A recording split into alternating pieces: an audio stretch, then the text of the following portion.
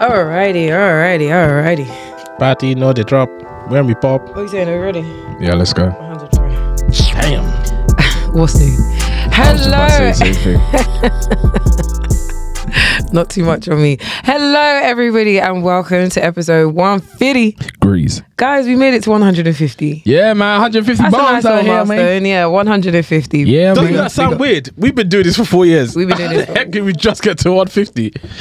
Because it got. If we were going at the rapid pace that we were going at the start, We'll be on 1,000. Yes, at that man. weekly rate. We'll definitely build 1,000. And then you'll see the carrier bags underneath our eyes. Literally. and the episodes will be 20 seconds long. Demonstrate us. We- Follow us we- on App and then some. We got done. nothing more for you. This is episode 1000. Sorry. Hi, everybody. Welcome to episode 150 of Hype and Then Some. 150. We are back in the building once again. I know, we'll talk about that in a second. Wow. Yeah, we'll talk about that in a second.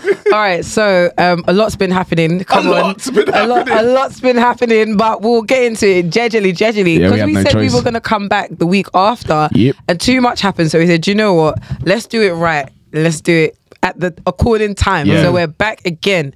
Now, straight into introductions. I'm Kesi, aka Case Boogie in the cut. What it do? And it's Mr. Tariba. And it's Mr. MBT, the world boss. Fuck Vibes Cartel. All You right, ain't you getting don't have out to- of you that don't have to place. do all of that. The case has gone quiet, so you might be And good. can I just say, my mom actually listens to this podcast. Hi, mommy. Every single week. Sorry, Mom, I'm So, sorry. not too much of the Mommy, F-bombs. I am so sorry. Sorry, mom. I'm just showing my true self. No, that's not your That's true not your self. true self. Oh. Anyway, we've got a couple of announcements to make. All right, so let's start with the most important of the day: the hoodies. Joking, we'll come. I knew it was gonna happen. I felt it. just to get us started. So the hoodies, guys, the Anzem. The And Then Some hoodies are live. Yep. Thank you so much to everybody that's purchased a hoodie. I know we say this all the time, but it really does go a long way. It and does, man. It's just the beginning of some of the best stuff that we're yet to see. So Yeah, man. if you are part of the mailing list, which you should be, You're check gonna your get a little emails. gift, Blake. Yes, hopefully you should have received a nice little gift Yep. this week. Hope you enjoyed that, and we can't wait to see some of you wear the hoodie live and direct. Yeah. MBT, you saw someone wearing the hoodie Yeah, man. yesterday. Shout out to Gambino. Yeah, big Shout shout out to out. Black My blood Gambino, clot, bro. our fave. But yeah, man, it's always nice to see you guys wearing it. And Emmanuel as well. Big shout out to the Stockroom Yeah, podcast. man. Thank you so much for the love every time, man. We really, really appreciate it. Alrighty, guys. Should we get straight into it? There's lots to talk. There's so much. There's so much to talk about, but let's just get straight into it, okay? Let's get over with the stuff that we know and love. It's time for Tables Trainers. Trainers tables. Why the heck have these people not put the AC on? What the heck? don't know, It's man. warm in here. warm in You're about here. to see a beat Feel of like sweat. it's It's warm. Dubai. No, Just but you roll know down. what? They're doing it to get us out of here quickly. I said, I bet you talk fast when there's no AC on. Huh? All right, guys. So, that's done with table traders. So today we were supposed to be following a certain theme. No. Don't say we. It's not we. It's you. We were We were supposed to be. what's going we were on supposed to be here? following something, but one person didn't follow. And One or two. What do you mean? Don't try. Hey, don't try. Casey, I swear that's the train that was always going to go on there. It's the trainer that was always going to go on there. Did you remember that was the brief? Why do you like to lie? And when we got into the car, you told me you didn't want to. Listen. This is the thing that you like doing, yeah? Niggas. Is that you want to throw me into the same bucket as you. Now, Casey, yes, I didn't remember the brief, but my Lord and Savior gave me an inkling. All right. Michael, put this training together because it works with this fit. All right. When Tobi then said what the brief was, I said, God, you're so wonderful. All right. But for you, Look, you God didn't- is you wonderful didn't- for me you too, didn't remember yeah? jack shit, nothing. All right, perfect. Thank you, MBT. So as I was saying, yeah, we were supposed to follow a certain brief. But No, before not I we, even- you. Why does he keep doing this? You. All right, guys. It's first not of all, us. if you're listening, it will do you well to come on down to YouTube Town, Yep. where you can see these trainers in a what? In our real life. Now, we as a group Had a brief. had a brief that we were supposed to follow. Now, Toby remembered. Michael and I did not remember the brief. Thankfully, his shoe somewhat fits into the brief. Although it's funny because when you got into the car, you said actually you didn't want to do what the brief said it should do. We're not going to get into that. Kesi, don't do that. No, Kesi, don't do that. No, the listeners want to know. No, but I need to introduce the brief. No, shush your mouth. No, you're over-talking me. You're over-talking me. I'm over-talking you? What English is that? The brief was for all of us to bring trainers that we wanted to sell. Okay, go ahead. So let me tell you what Kesi just did, yeah, because Kesi likes doing all of this, yeah. No, you're gonna embrace this. Don't give me no faces. You're gonna embrace this. So basically, when I got into the car, So when we had the brief, this was a train that was always gonna go on there. Okay. So I tried it on this morning. And you know when you try on a train that you haven't tried on for a very long time, you're like, I don't think I want to get rid of this train anymore. Okay. So that's what I said. Don't now try and make it look. You see how you just manipulate the situation? Am I a manipulator? Doctor Strange. Because you literally said that you did not want to sell the shoe. When I got into the car, I realized. Like it fits a brief? It doesn't anymore. It doesn't sound like it fits a brief anymore. It doesn't sound like it's applicable. But for the right money, I sell that. Okay, you see how he likes to do. Look, anyway. This was Kiss 100 right now because I had to stop the swearing. I had to. I'm gonna beep. Right, can we get into it, please? Yes, let's go. To the right of us, we have Rejected. This is MBT's Vapor Waffle in the color banana pine. Pine green. It doesn't look like a banana. Not too much on the shoe, man. It's always had that. Yeah. From there. Don't worry. Don't act as if you never had the trainer before. Yeah, your black ones were like this. Wow. Aladdin. Not even that, man. Your shoe was a big get. I can't lie. These are turned to a shuperu. They look like you're supposed to slip your foot in it, or your foot's supposed to be on the top like this. Yeah. You know, God forgive me. Yeah. When you know, back in the day, I don't think Kesi ever experienced this, but obviously, you know, when we first moved into the area, it was very racist, and then people used to say, "Get on your banana boat." That's what that looks like. Obviously, I dealt with racism, but no one ever told me to get on a banana boat. That's blood. Crazy. We had some fights in secondary school when you moved to Essex to the predominant right era.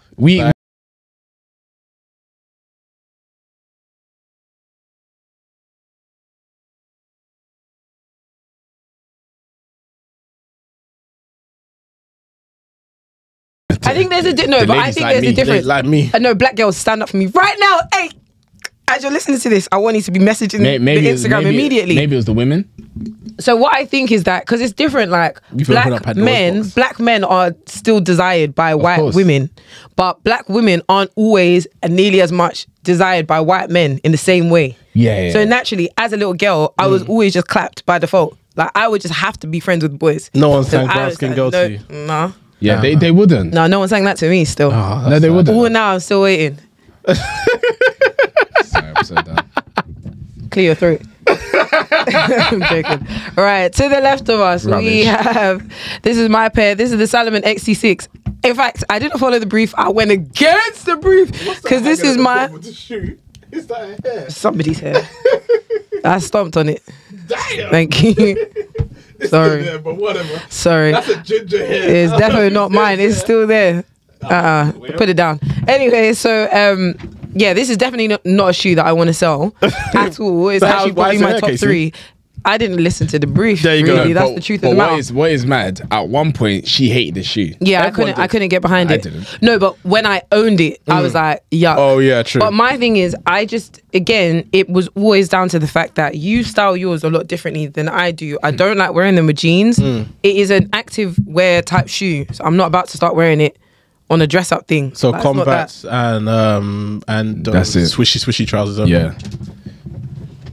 There you go. Yeah. Yeah, so that's all I really wear them with. But I really enjoy them. The colour's beautiful.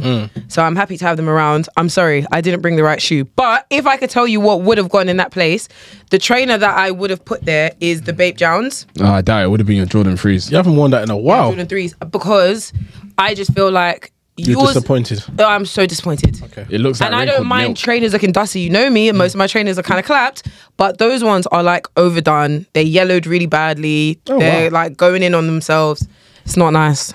I'm not happy with it. Yours look much. When I was looking at yours the other day, I was like, mine don't look like that. Yeah, I don't know what's going on with that one. But yeah. And my Jordan 3s, they can go as well. Yeah. But they were there last time. All right then, on the pedestal today. Now, Now, now, when Toby put this on the table, I did ask a very good question. Yes. And it's why are these trainers on the pedestal? Well, MBT, I will tell you why it's on the pedestal. can we introduce the trainer first? We can. We have the Air Jordan 1 bread something family. Sugar. For the family. For family. For family. This is the Too Fast Too Furious version. It's actually got the family inside. This was the patent. Is it patent? Patent leather pair, which got stripped away. Shout out, modified by Manor. Yo. My guy.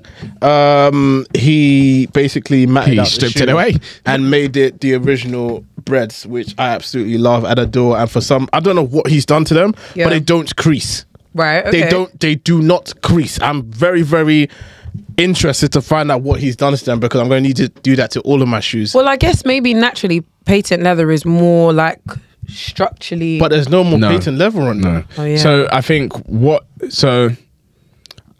the material or the paint is what normally creases with the patent. Now that that's removed, I thought it would have been a leather that creases. I don't know. I really don't know. Same thing, but as you can see, toe box, this has been worn a good few times. None of the toe box have creases on them. So shout out to Mano. If you don't want creases in your shoes without putting that plastic shit in your foot, then go to him and he'll help you out. So but the reason for why it's on here is because I got this shoe very, very nostalgic, based on nostalgia. I was thinking about 2012, Kanye season, skinny jeans, that kind of look, and I never was able to get this shoe. So I got this shoe to fill that void. Now that void's been filled, I feel lonely with this shoe, because every time I put it on my feet, I'm like, what the heck? It's not like the Chicagos, which I absolutely love. It's just a black and red shoe, which is just like, how many times are you going to wear a black and red shoe? I guess that's the thing. Every time I see it on my foot, I'm just like, it's not right. So I try my best to wear it. It's just not working. Would I want to get rid of it? Yes. Do I think I'll get rid of it? No. And the reason why is because it was modified by Manor. So there's no reason for me to get rid of this, because this is personal and it's for me. Like, this is my shoe. Me personally, if I was you, I wouldn't get rid of them. Yeah. Because what I've noticed that your trainer kind of journey evolves. It's cyclical. So you're gonna come back to these at some point and be like, I think if skinny jeans were supposed to come back, then maybe. No, they're getting there though. We're getting slim again. I'm seeing it a lot more. I'm seeing like more like slim straight. Really? Where? It's out there. The thing is, let me tell you something. I do not want to see you in any skinny jeans ever again. You never know, man. I don't want to see you in skinny jeans. Toby. You never know. There was one guy that me and Kesi saw at Starbucks one time, and mate, the skinny jeans this guy was wearing. Toby, he could not enter his pocket. His genitalia was all right. It was on the outside. Protruding. That was not nice. Yeah, I can imagine. Can we round up? We can. All right then, guys. That brings us to the end of Tables Trainers Table. All right, guys. So every single week we come with the latest news about music, fashion, and what's popular in the culture. Now, first thing on the list is Kanye West. Kanye West has informed us, he has informed the world once again that he's going to be doing something that's very daft. This guy will be releasing a porno website. Now, the reason why I'm not shocked here, is because Kanye is Kanye. But I need to also understand what kind of spiritual journey is this guy going through. Because we're now going from Jesus walks, to the choir and bringing in the church to now creating a porno website. Now, the reason why I'm not too shocked is because his wife only wears a thong. At his request. Thank you. Okay, so everyone's going to be like, you should have foreseen this coming. Like, there's nothing new with Kanye. Look, I'll be real, I for one have given so many excuses to this guy. Yes, you have. Plenty. I for one have given so many excuses because I respect what he's done in the past, not what he's been doing, okay? And I was actually very pleased, and as a fellow Christian myself, I was very pleased to see that he's finally turned himself to God, and he wanted to make a change for himself. Now, he's done a lot of questionable things since then, for sure, which I agree with and I disagree with on some parts, not everything, but some things I agree with. No, some things I agree with, some things I disagree with, but we don't need to get into that. But ultimately, at the same time, there is now it gets clearer and clearer the evidence needed, and I don't want to do this. and try and disregard his mental state that everyone says that he has. But it's getting clearer and clearer to me that as much as I care for Kanye doesn't care for me. So ultimately, I can't come and kill myself. If someone doesn't care about me as I'm supporting you and trying to, you know, make an excuse for you at some point, then at some point I've just got to hang you out to dry, my guy. You want to create a pornography website. You have just come from doing Sunday service for God knows how long, made up this choir, we've rehashed a bunch of different songs, and you are giving praise to the Almighty. Now, ultimately, what you've decided to do is basically put your middle finger up to all of that, right? And basically try and make a joke out of my faith, my God, and everything involved with that. And ultimately, that's where my stance is now, that you've done what you've done. Okay, I don't agree with what you've done, but now that you've taken it to this level and this step, my guy, it's over for you. I'm sorry, it's done. It's over for you. And I won't be surprised if you do get a thunderbolt to your neck. So because you've taken the piss, you continue to take the piss. Yeah. And you know, I'm done with it. I'm done. It's over. I think for me, there was a long time ago, I want to say a few years ago, it might have been like during Kanye's Trump era, where I was like, right, done with him. It's okay. Whatever he's doing now, I feel like he's just doing because no matter how much he can say what he wants to say, he loves being center of attention. Like literally everything that I've seen for the last, I want to say 4-5 years, is just been his way of just kind of retaining that legendary superstardom idea that he has in his mind. And I feel like Sunday service, I really struggled with. I could never get into it because I just felt like this is so disingenuous. Like, why are we using slow jams? SWV Rain, which was a song about sex, why did you remix that and make a gospel version? That's so weird. Like, why would you even what connotations are? You don't need to link the two together. That one always really troubled me. And then it just made me feel like if this is something that's truly genuine, that's truly God-led, surely God would not want you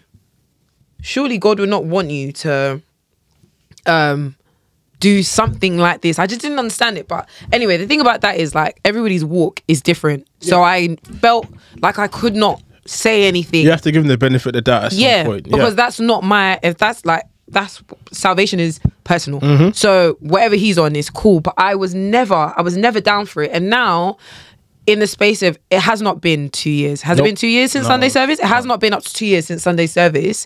And like, even another thing, like Sunday service solely being there to like reenact a lot of Kanye songs that he's made for himself so that he can do a remix and everyone can say, oh yeah, Kanye won best gospel album, which he did on numerous occasions, and only for him to now move on to something else that is completely different and it's not even different. It is the literal opposite of what you were just doing. You can't tell me that you're doing this with any level of like authenticity. Like, you're on whatever you want to be on. So just leave us out of it. I think this has put the nail in the coffin, to be honest. Not for people loving Kanye, but just for the fact that this guy does not give a shit. This guy has no morals.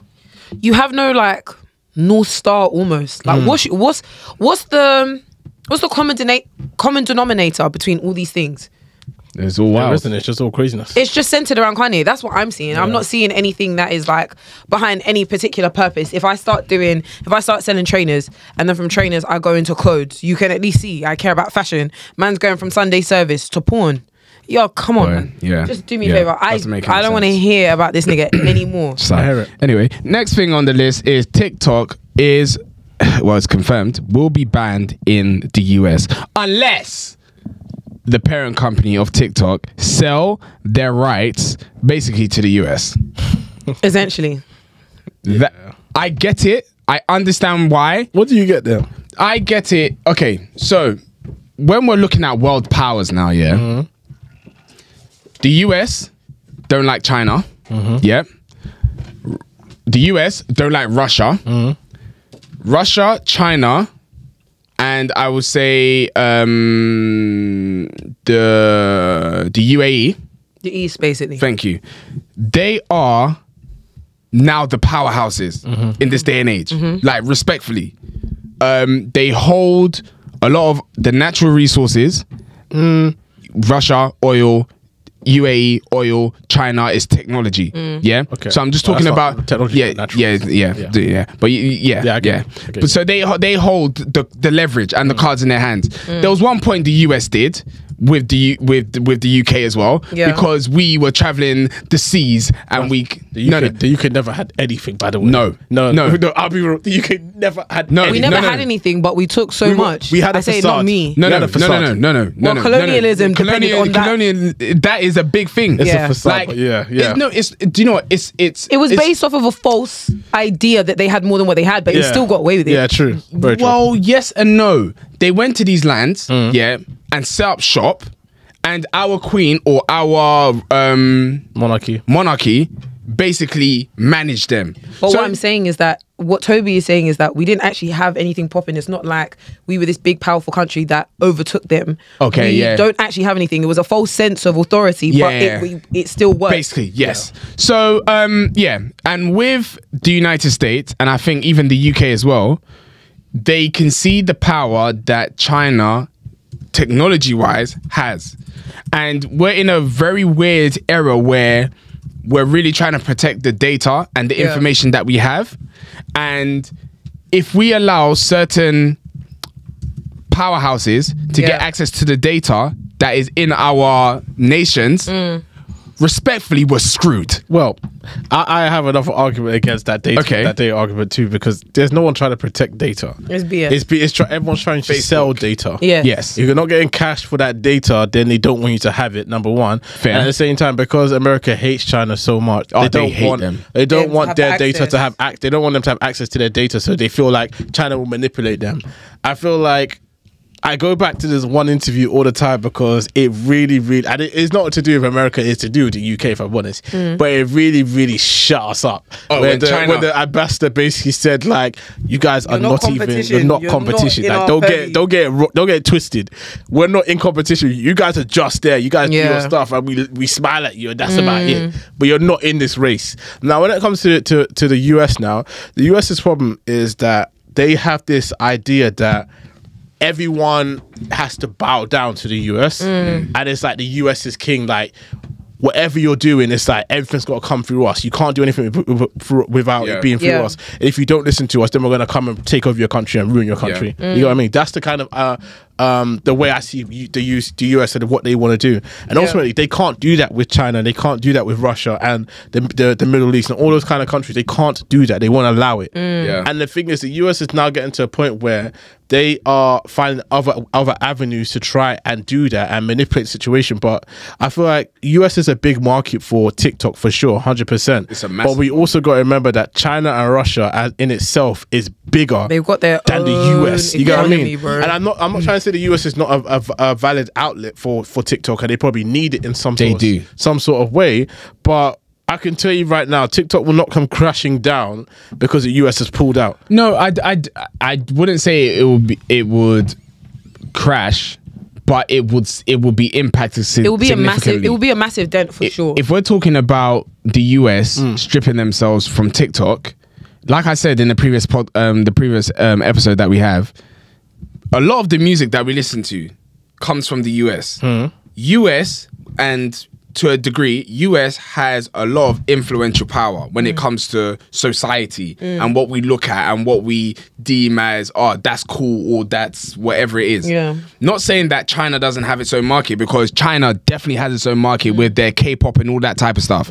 Now, K-pop, which is Korean. That's Korean pop. Anyway, so yes, that type of music there. They've got their own culture out there. They've got their own culture. Sorry, guys. Anyway, so they've got their own culture out there. So there's the type of music that they listen to, Now, when we come outside of the border, that music is very niche. Yeah? Now, when we come to US music, it is global. Every single nation, even the carcass of Africa, those small pits, they listen to 50 Cent. No, I definitely hear you. I don't disagree. But how many people live in China? Like 3 billion or something. Like, it's like almost half the population of the world. I don't disagree. I don't. Let me finish. I was still talking. Okay. niggas. I don't disagree with what you're saying, but when you think about the fact that one country has like 40% of the population there. 40% is excessive. There are 7 billion China people in the world. And India how many people have almost half the world's population. Yeah, alone. They'd be breeding like rabbits. I mean, they're just there. I swear the rules in China that's been dropped. That's been dropped a long time ago. Nah, they said that got dropped a long time really? ago. Yeah. They should have kept that.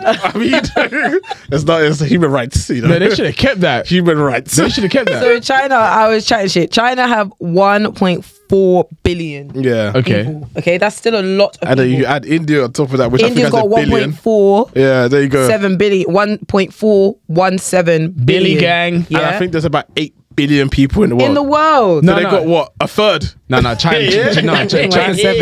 China really. So basically, what I'm saying is that China in itself, if you've got 1/8 of the population in your country, Yeah. you're good, bro. Yeah. No, but And putting the US population into perspective, 300 million. It's not to say, because I understand your point, which is that regardless of the amount of people, the American culture is global. Global, yeah. It's not it's just influential. Yes, I Coca-Cola and totally McDonald's agree. alone. But TikTok won't crash if it's not available in the US. Is my point. It's not okay. Crash is obviously a very, very like It will impact it. it will, Massively. it will impact it significantly. Yeah, because I what said we that. need to also understand is that okay, for example, if TikTok was a UK brand, and obviously we don't have the same market size as China, you would be very bored of watching the same old people I agree. that you walk past every single day on TikTok. Well, it's not just going to be here. You still got the rest of the world. It's just not America. And at the same time, but that's you saying that in China the biggest videos that are being watched are American videos. You don't know that, and it's not. we don't know that. We don't know So that. that's the but thing. I'm using it's definitely not. but I'm using our example as well. So if you go on your TikTok, and your TikTok as well, what do you see a lot of? But it's the algorithm. No, but the algorithm. This is important. It's a big thing. The algorithm is what will dictate what content you see. Okay. If there aren't a lot of American content, or if the American content is there, it's no doubt that it's there. But if I don't care for that stuff, I'm not going to engage with that. Yeah. A lot of the people I follow are English. So you won't see that with the American stuff. I mean, it's just the way it works. But fair. We say all of this to say it's a big fat money game. Yep, 100%. Just like Universal and TikTok. Yep, I told you guys. I told you. UMG got what they want, and it made sense why they got what they want. I mean, if I could, I would have dropped this mic. I will want to see the details of what they got. If I'm honest. Well, obviously they got what they wanted, which was money. But again, like I said then, At what cost? No, at what my cost? thing is, you just didn't have to cap and act like you were doing it for your artists, because we know that you weren't. Like, Kesi, we're not gonna get into this again. No, we Let's won't. see how many artist careers pick back up. I think that is not the best way for you to look at it. I would say that is probably the best way to look at it, because they started their career on TikTok. TikTok got taken away from there, snatched away. Yeah. Let's see if it recovers. But we also need to understand, because I was one of those people. I was trying to started a find... career on TikTok? No, yeah, okay, yes I have. So a lot of the music I was using on TikTok were remixes of actual songs. When? Kesi? Before UMG situation. When the From time to time, after UMG situation? After. Yes, I was looking for like little remixes. mashups and Oh no, stuff. that's of the fine. same song. I thought you were saying before. No. I was using straight up UMG music. Yeah. Thank God, Babyface Ray and all these people are still independent artists, so I don't really need to abide by that law. They literally brought the UMG music back like a week after Taylor Swift album dropped. Like, it's all They know what they're doing. it's all a money dance. At the end of the day, like you said, there might not be a resurgence of those artists that were in UMG that were obviously gaining popularity, but at the end of the day, TikTok is used as a marketing tool. So any new artists that have any catchy songs, Time to use it. it's time to use it, because TikTok will be licking your ass. So Next thing on the list. So guys, what's been happening? I think between lockdown and now, which 2 of those years were basically like the Avengers Infinity War, where Thanos clicked his fingers and then half of the population just disappeared. We lost 2 years. But yeah, now we're back with another 2 years after, and what I'm trying to say is that Nike came for a lot of people's asses. Okay. They said at this point in time, you know what? We gave you guys a chance. We allowed you guys to make that money. Now, every single penny and dollar that you guys made, we're getting it back. So, one brand that has been finished. Omni Hellcat. Yeah, they cannot make no more trainers. They cannot make no more trainers that are similar to any Nike trainer. And I believe they've been asked to, I think was it 800 million or something like that? I don't even know for them. But there was a dumb amount of money that they have to pay back to Nike. They're pissed for the sales of their trainers. Yeah, and they're pissed. I can't lie. I mean, so is it right at that point, mate? Are they the one that did the Thunderbolt on the trainer? Yep. It's them. Oh. $8 million. Yeah. $8 million. I'm telling you, he's going into liquidation. We might even see a bankruptcy report. He'll be fine. He's probably made enough money to be able to do that. Guys, this is not good. Tobi, no. 8 million. Guys, this is not good. He's not doing okay. It's a How do you know it's not doing okay? He didn't. I'm just looking at this. Help. No, this is not good. They said, yeah, of course. I mean, he got away with it for so long. Yeah, he didn't get away with it. But I mean, if I'm honest, if he was a smart guy, you would have seen this coming because you literally 100%. took this and put a Thunderbolt and said, let's go and sell it out there. I'm sorry. It was a matter of time. You better have been putting money aside for this. Oh, God. Do you know what? It's so sad because they're going to lock him up if you can't pay. They're going to lock his ass up. Yeah, No, 100%. I didn't know that he did dunks as well, It guys. was really bad. he can file for bankruptcy. And He did a chunky donkey when the chunky donkeys came out. Are you taking a piss? Can I ask you guys a question? Are you actually taking a piss? What was going on during lockdown that so many brands decided that it was okay for them to do their own customized versions? Because during lockdown there were so many Jordan 1. No, let me tell you what it was, okay? It's 2020. We're queuing up 2 hours for tissue roll. We don't know what's going on. It's Westworld. It's Westworld, legit. No one knows we what were in the heck the is purge. going on, Everyone man. was just doing whatever they felt like it. What? And we had the money to buy. Niggas were fighting for toilet roll. Yeah, no. Yeah. It wasn't a safe space, man. I think we've spoken about this, yeah. I really regret that I didn't save all that money. Yeah, during that's what I'm lockdown. talking about. That's a sad time. Yeah, you wish, but again, when you're Mental fighting health. 2 hours, I can't lie. Mental health, man. You weren't seeing no one. I was cooped up in that house. We I were had to do something. We were on lockdown for 24 hours. Yeah, I was not feeling okay. No, 23. The 1 hour we got to jail walk. sentence. Yeah, we were allowed to go outside for half an hour. Walk for freedom. Boy. Anyway, For survival. For survival. I don't think it's on the list, but Bape and even Nike? yeah, Man. The yeah, what? Bape and Nike. Bape, I'm telling you, their biggest seller, their biggest seller is their trainers. Yeah, The Bapesters. the Bapesters, the Roadsters, the dunk looking like Bapes. I'm telling you, Nike has been informed by the jury. The settlement is that Bape cannot release any more trainers that are Nike lookalikes. So basically, the ones that look like the Air Forces, which are basically like the Jam Bape, for Bapesters, example. yeah. That's the ones that they put on the action, the class action, not class action. Sorry, on the Settlement. On the complaint. On the documents, Yeah. they had that shoe. The shoes that look like the Dunks, Yep. they can't make that anymore. Yep. The high top version of the Dunk versions, They can't make that anymore. So the only So- one they can make is the Roadster. Because the Roadsters is probably the only thing that is probably unique to them. I mean, it does look like a It looks 90 like a little. It looks like a Air. Yeah, it looks It's like a 90 a little, Air but Max it's, 90. I think it's different enough for them to say, okay, you can have that one.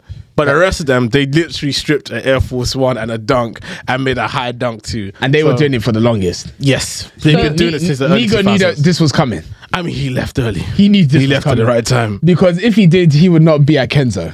So they also, the Courtsters as well, the ones that look like a high Jordan 1. Yeah. Yeah. This one. Yeah, that's And gone. the low. Yep. That's gone. Yep. And the Bapesters. Yep. That's gone. Which Yep. is crazy. But they also have to modify the design of the Skate Star and the Bape Star. Oh, wow. So the Bapester mid is out. Yeah, for But the Bape Star, they just need to modify it. Which is crazy because they did that a few years ago. They modified it a few years ago and it didn't work. Terrible. Yeah. So it's going to It didn't terrible sell again. at all. So that's why they went back to the Bape Star. Yeah. So good luck, man. I don't know what you're gonna do. Yeah, it's a long time coming, man.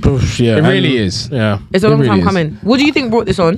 What do you think brought it on? Nike just don't have time for people. No, but my thing is like, do you feel like they've been loading this in the background for time and they kept getting rejected, or like they just brought on now? Nike made an influx of money during 2020, and they had time to spend on lawyers. Yeah. You know what I mean? So they just lawyered up and said, "We're about to get all these people. We were waiting for this time, and now it's time." How much money they made during lockdown? They didn't have to do anything. No sporting events, no nothing. I'm telling you, 90% of their income came from Air Forces and the Panda Dunk. Yeah. And we weren't going anywhere. This is thievery, man. Boy, it is what it is, man. It really is what it is. Next thing on the list is New Balance have released another trainer. It's called the 1000 SL. That's the one. That trainer. Do you guys think it's the beginning of the end for them? Huh? It's just the beginning of the end. That trainer, they're gonna get a lawsuit soon. Because it looks like a 95. It looks like an Air Max 95. Yeah, 95. Yeah, it look like silver bullets. I saw them in Offspring. I was like, you look like a bullet. It really does look like a 110, which I do not get how they gone away with this one. But I mean, what do you guys first of all think of the shoe? So I'm not mad at it. I'm not mad at it. I'm not mad at the shoe. I'm not mad at the shoe. And I guess the only reason why we feel like ooh is because it's so different from the 990s and the classic New Balance silhouettes that we know. But actually, it's a cool shoe. It's a cool shoe. Yeah, no, I know it'll look cold on feet. And the way that Dave dropped it on the advert too, that colour is cold. It looked cool. Have you seen the Joe Fresh Good ones? I did. Yes, please. Yeah. Those are cold. They look like Skepta's one though. Yeah, they do. Golly, so man. we're running into problems here. Golly. So I'll just say, New Balance, be careful now. But you did a good shoe. Once again, they done a nice shoe. But to answer your question, Toby, do I think it's the beginning of the end?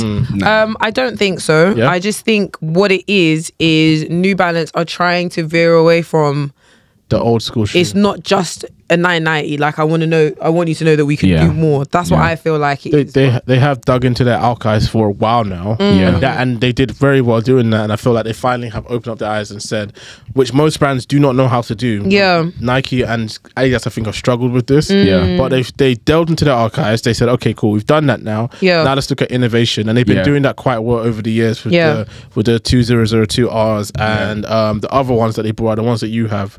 I can't remember I know which one you're talking about. But they've done a few different designs which are new, and it's like it actually works, it's actually stuck. And here's another one that actually has stuck. So, but this actually isn't a new design. This came out in 1998. Oh, serious? Yeah. Okay, I think for New Balance, it's definitely the right time for them to go back into their archives because obviously New Balance has been. There was one point New Balance was a very niche brand that had those that knew, like people like Kesi that used to wear New Balance back in the day. She knew, but for a lot of us, I feel like it just did well because it was in Offspring and Office for a while at one point. No. Did you say it did do well? Yeah, it did well that time.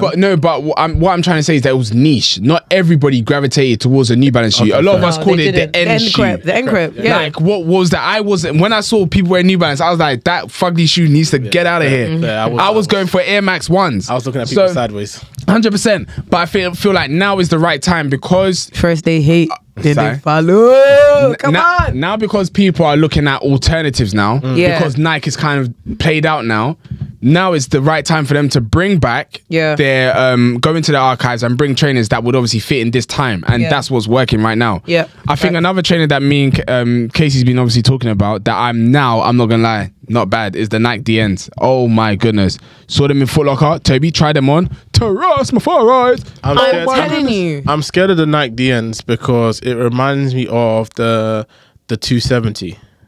Remember when Nike brought the MX270? Yeah, I hear what you're saying. It was amazing when it first came out. Then it turned into an everyday shoe and everyone just chucked it. But that's okay though. But the thing is, I really need Nike to do this again. You remember Vapor Max era? Yeah. Vapor Max came out, disappeared. No, it didn't disappear. It did disappear. It evolved into something else. It evolved into 5 different trainers. The Flyknit Vapor Maxes, they disappeared. Yeah, that's fair. They never came back. But I think the main reason why they disappeared is because they weren't practical and the tongue ripped after 3 wears. Very true. I think that they evolved it out of need, I'm not because of exclusivity. That trainer is the trainer why I'm now flat-footed. Yeah, that trainer was not comfortable. True. There was no It support. wasn't practical. There was no what was it made for? You couldn't run in them. The bubble would burst. Yeah. It wasn't good. It had segmented bubbles. Yeah, it wasn't which good. Which means there were good. parts of my that's foot true. that were actually on the ground. Yeah, there were parts of it that was really wrong. Flintstone? Yeah, it was really wrong. But it was a nice silhouette though. It was a nice silhouette. It was cool while it lasted. It was a football boot.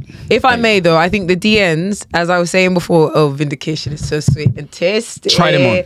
The Air Max DNs are so cold, and I feel like with a lot of the style right now, I'm telling you, everything is wider. Yeah, like it just suits what is currently in right now. I think that trainer is fire. Tobi, I'll have to try it. I tried on the all white pair. Right now, I'm looking at either the neon pair, the all white pair, or the there's like a black and purple pair with the purple air bubble at the back. Okay. I'm telling you.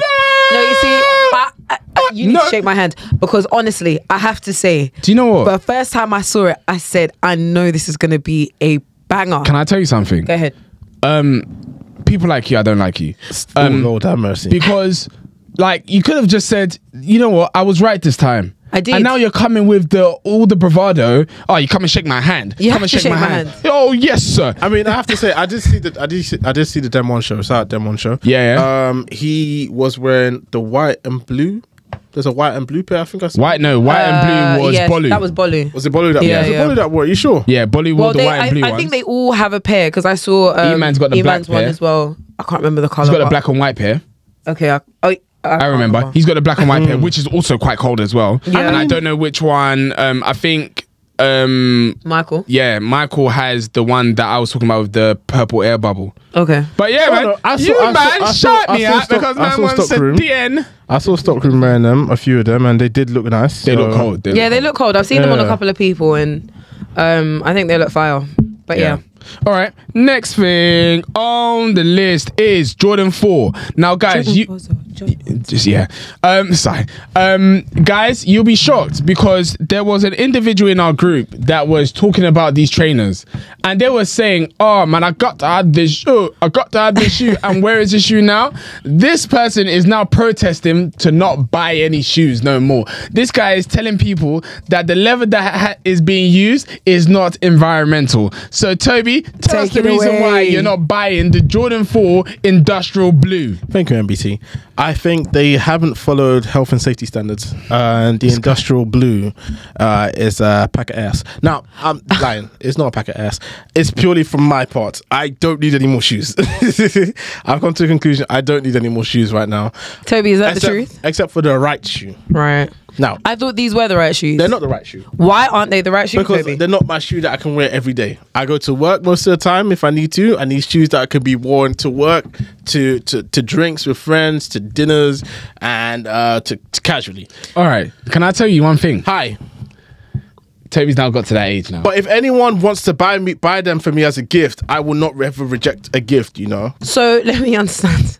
He doesn't want to spend his own money on a shoe. Yes. Oh, actually, to be fair, when this episode goes live, it will be my your birthday. So please. Happy birthday, Tobi. What are you doing for your birthday? Huh? What are you doing for your birthday? Is Mrs. taking you out for your birthday? Nike's going to send me a pair of the industrial blues. Yeah, and your actual plans? I haven't got any yet.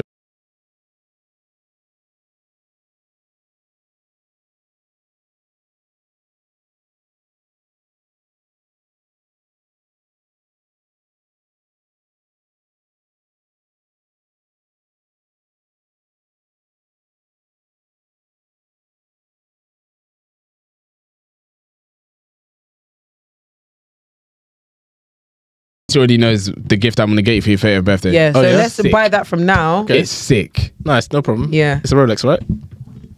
Yeah, man. The Day 40 chocolate face with the diamond baguette. You heard it here first. Yeah, Episode man. 100%. That's what your brother does, man. Oh no, save this and send it to Michael, please. Anyway,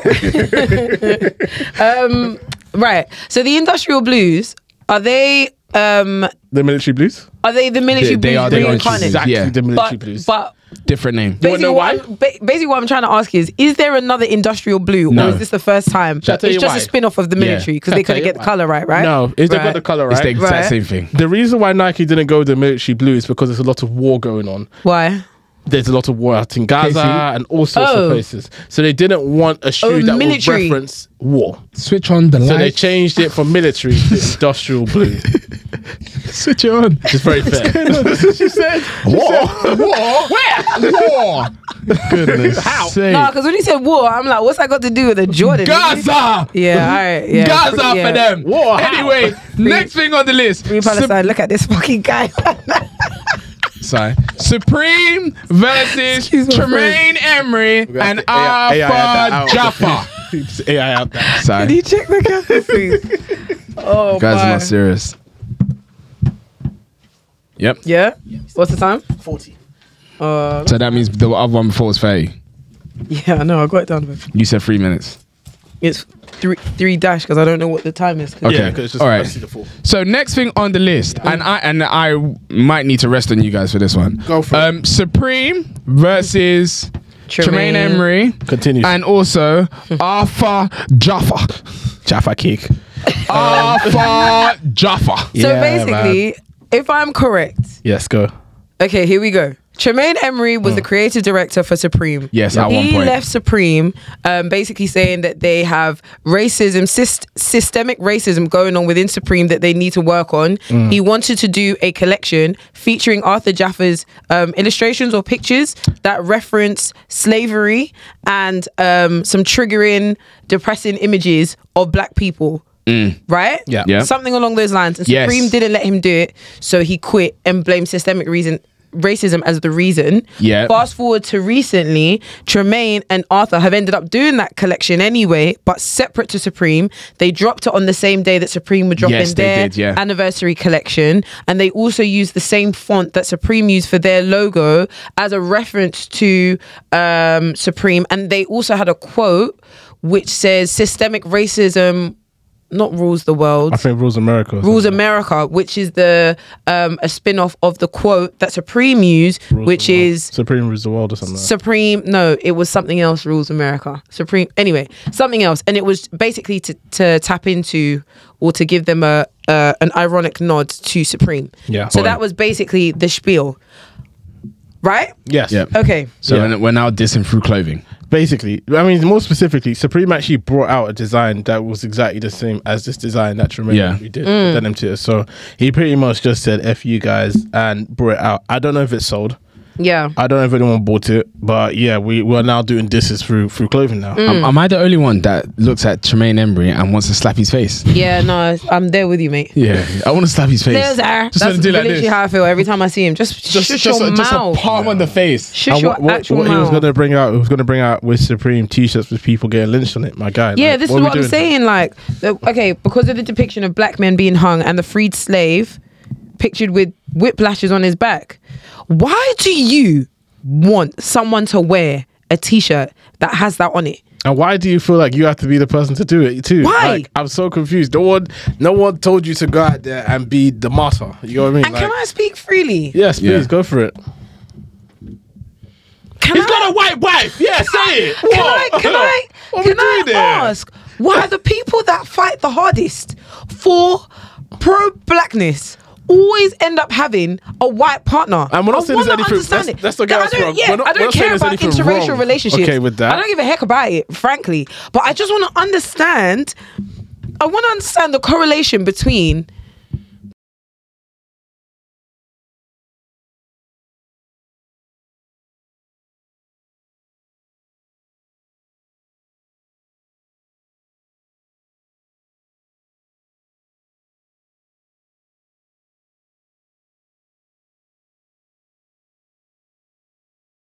Gong ho, and I hate using that word. Now, gong ho I have to use it for right now. But the ones that so gong ho about it's like, yeah, literally. The ones that were cramping in front of the police, they will go home to their white wife, bro. And it's like, my guy.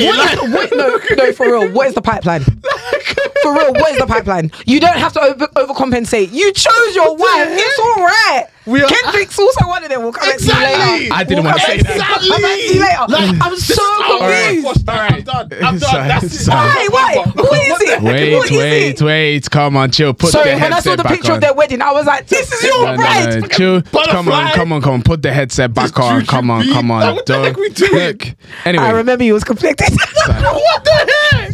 God Anyway, damn it, man. next thing on the list, yeah, the bow-legged man Jim Jones was fine on the escalator. Yo, what was that about? There was no context, but it was just funny though. Flipped someone on the escalator because Toby said, "How can you be fighting on the The escalator?" suitcase was going like, No. snapping legs. That's not the issue. Escalators are jagged edge. Yeah. So And he still held his ground. someone definitely fell on the edge of Did the you not escalator. hear the guy screaming? Ow! Man said, ow! And then was still doing this on his back. Get up! The guy's got beside him. One guy, because there was two guys that he was fighting. One of them got him and rubbed his back here, and then he started hammering Jim Jones' head. I was like, even looking at the hammering here, it wasn't even hard. It wasn't. It was like this. It wasn't. No, God bless New York, for real.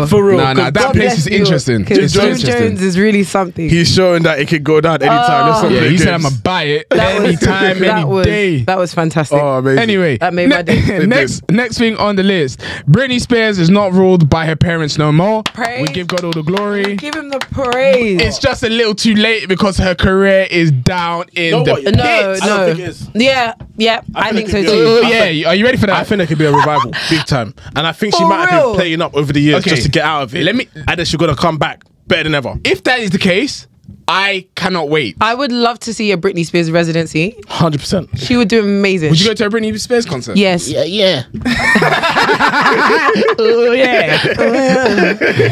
I would not go to a Britney Spears going to concert. see Britney. The reason why I won't, like, respectfully, and this might.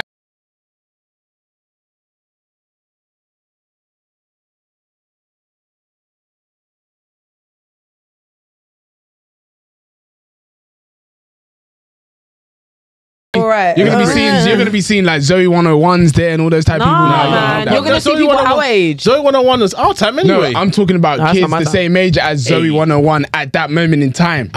All right then. Next thing on the list. No, wait. What I was gonna say was, do you have a favorite Britney Spears song? Hit me, baby, one more time. That's the wrong answer because I know that's not your real It favorite. really is. That's unacceptable. What's that song? That's I just can't breathe. Oh, Crazy. Uh-huh. It feels That's a really good song. alright. Yeah, it is. My favorite Britney Spears song is "I'm a Slave for You," quote unquote. God forbid. That's crazy, man. God Get forbid. it, get it, get it, get it. God forbid. What? Or Boys is up there as well. Once She again, Girl edit. she The should one never where be she- singing that song because It's- she was never a slave. Hit me, baby, one more time. Well, She she was was though. To her mum and dad. industry. Yep. No, to her mum and dad. She Yeah. was a I slave. people look at me like I'm a little girl. Are you kidding me? Yeah. Right, let's move on. Next thing on the list. Oh, So guys, we are getting to the cocoa. Oh, The jeez. cocoa. Now, guys, it has been war after war, yeah, in the music scene. Like, yeah, no, there's gonna be, it's gonna be a war in the club. War in, no. Goodness sake, we were actually talking about this yesterday. Yeah, we were talking about how, like, we are now all touching our 30s now. Yeah. There was a point in time because Jide must have said this. Yeah, there was a point in time. Us man will go to a dance, go to War in the club. Primark, get a fresh white t-shirt, jeans, white Air Forces, And a waistcoat. and That was just before our time. no, I don't know. were not Maybe doing those are the guys that you were talking to. Oh, they Looking- love but a it was waistcoat. like- It wouldn't be waistcoats, but we'll have Mohicans. Yeah. Yes. Got me that crime, got me that crime. Yeah, 100%. But what we were basically saying is that how can you go to a dance, yeah, and then leave that dance, and you can see your bare skin through the t-shirt, Because you're like this. Out here all just night doing the long. baddest workouts. and then you walk out, yeah, and you're speaking to a girl, your top is drenched. You can see your erected nipples That's through your not top. even the issue, though. The issue is that at the end of the night, you're the lights come on, you're just grey. Yeah. just actually like what? And you be like, yeah, I done a thing today. Man. All of you just doing it in one line. No. Shit, yeah. Oh my, boom boom time. The whole place is shaking it. And that was the worst era. It was the best, but the worst. Yeah, it was a good time. It was a good time. But anyway, guys, there is truly a war in the music industry. Yeah. I don't know what's going on, but prominent people in the music industry, from Diddy to Drake to Kendrick Lamar to Chris Brown to Quavo to we've gone overseas, we've gone to Davido, we've gone to Wizkid. We're in Africa. Yeah. Look, everybody is warring each other. Let's do and Chris we love Brown. it. Let's do Chris Brown and Quavo quickly. All right, so because that one. So quickly, Chris Brown basically said to Quavo, look, I beat your chick while she was with you.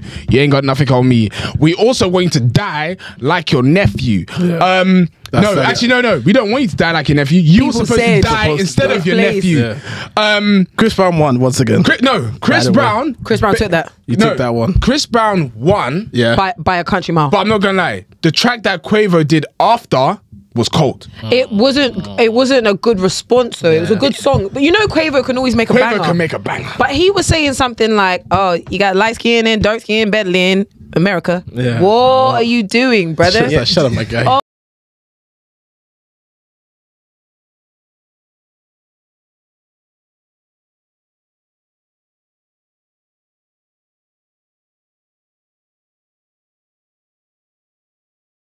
That guy's on cocaine. He's on cocaine and he's got nothing to lose. And he is a fighter because he's got nothing to lose because he's not even allowed in the UK. Actually, no, he is now. No, he's allowed. He's allowed. Yeah, now, but he's been through a lot. And he's a gang member. He's for been real. initiated. He's a blood. Yeah, Chris Brown is the one guy that you do not want to fight. No, 100%. He will fight anybody. Yeah. Anybody. He anyway, does not care. So that's that. That's swiftly. So that's bubbling in the ether, or maybe Quavo has just accepted. I think it's done now. I think they just hate each other and it's done. Quavo just accepted that his ass was slapped. Yep.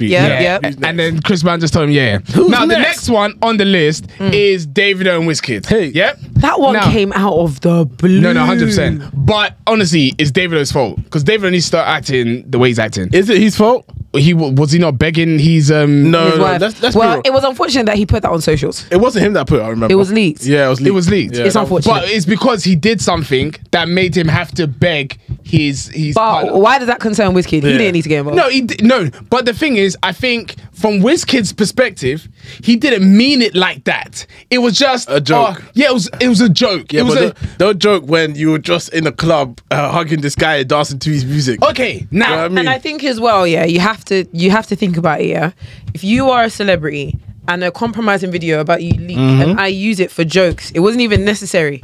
And I just use it. And we're not even cool like that. Yeah, like, you're taking real. Mick. Let's We're tussle. not cool like that. I hear it. He's on the floor. He's on his knees in strawberry pajamas. Okay, man. no. Okay, no. Everything that you guys have said is totally fair. Wizkid was bang out of order for that. Yeah. It was bang out of order. For sure. And the person that leaked that video of Davido, you are a bad person. Boy. Well, You're it was that woman that he had a picture with. He had his arm around her in the bathroom. She leaked her? it. It was her that leaked it, yeah. But it was her friend that leaked it. Oh, Oh, that's no. Her friend leaked it around that time. So yeah, that happened. Yeah, that's not cool. Yeah, so with the Wizkid and Davido situation, for context for those that have not been watching, Right. it's just been a back and forth on Twitter for months of them just coming at each other. But it makes no sense because they were recently in the club. Yep, it's arguing, throwing dollars, dancing and all sorts, and Wizkid was dancing to Davido's music. But there is a someone actually put that scene back out, and there's a moment, where because on the where they were standing, it was Wizkid, Davido, and Zlatan. Yeah. And after Wizkid hugged him, Zlatan said something to Davido, and everyone says that Zlatan told Davido that this guy is being fake, at that point. So that's what, because Davido looked at him and was like, yeah, like he gets it. You know what I mean? Man. So ultimately, that for real, they may not have made off at that point. They might have just been complete rubbish. There's always been, for me personally, between Davido and Wizkid, there's always been this kind of like tension between them, and it's only because of when they both started their music career. They both started around the same time. Yeah, the same time, and there was always this, who's better than who? And they've never made a song together. That is very true. Two of the biggest artists in the country have never made a song together. They haven't. Not one. They haven't made a song together. Not to one song. It makes no sense. So interesting. But that's weird as well because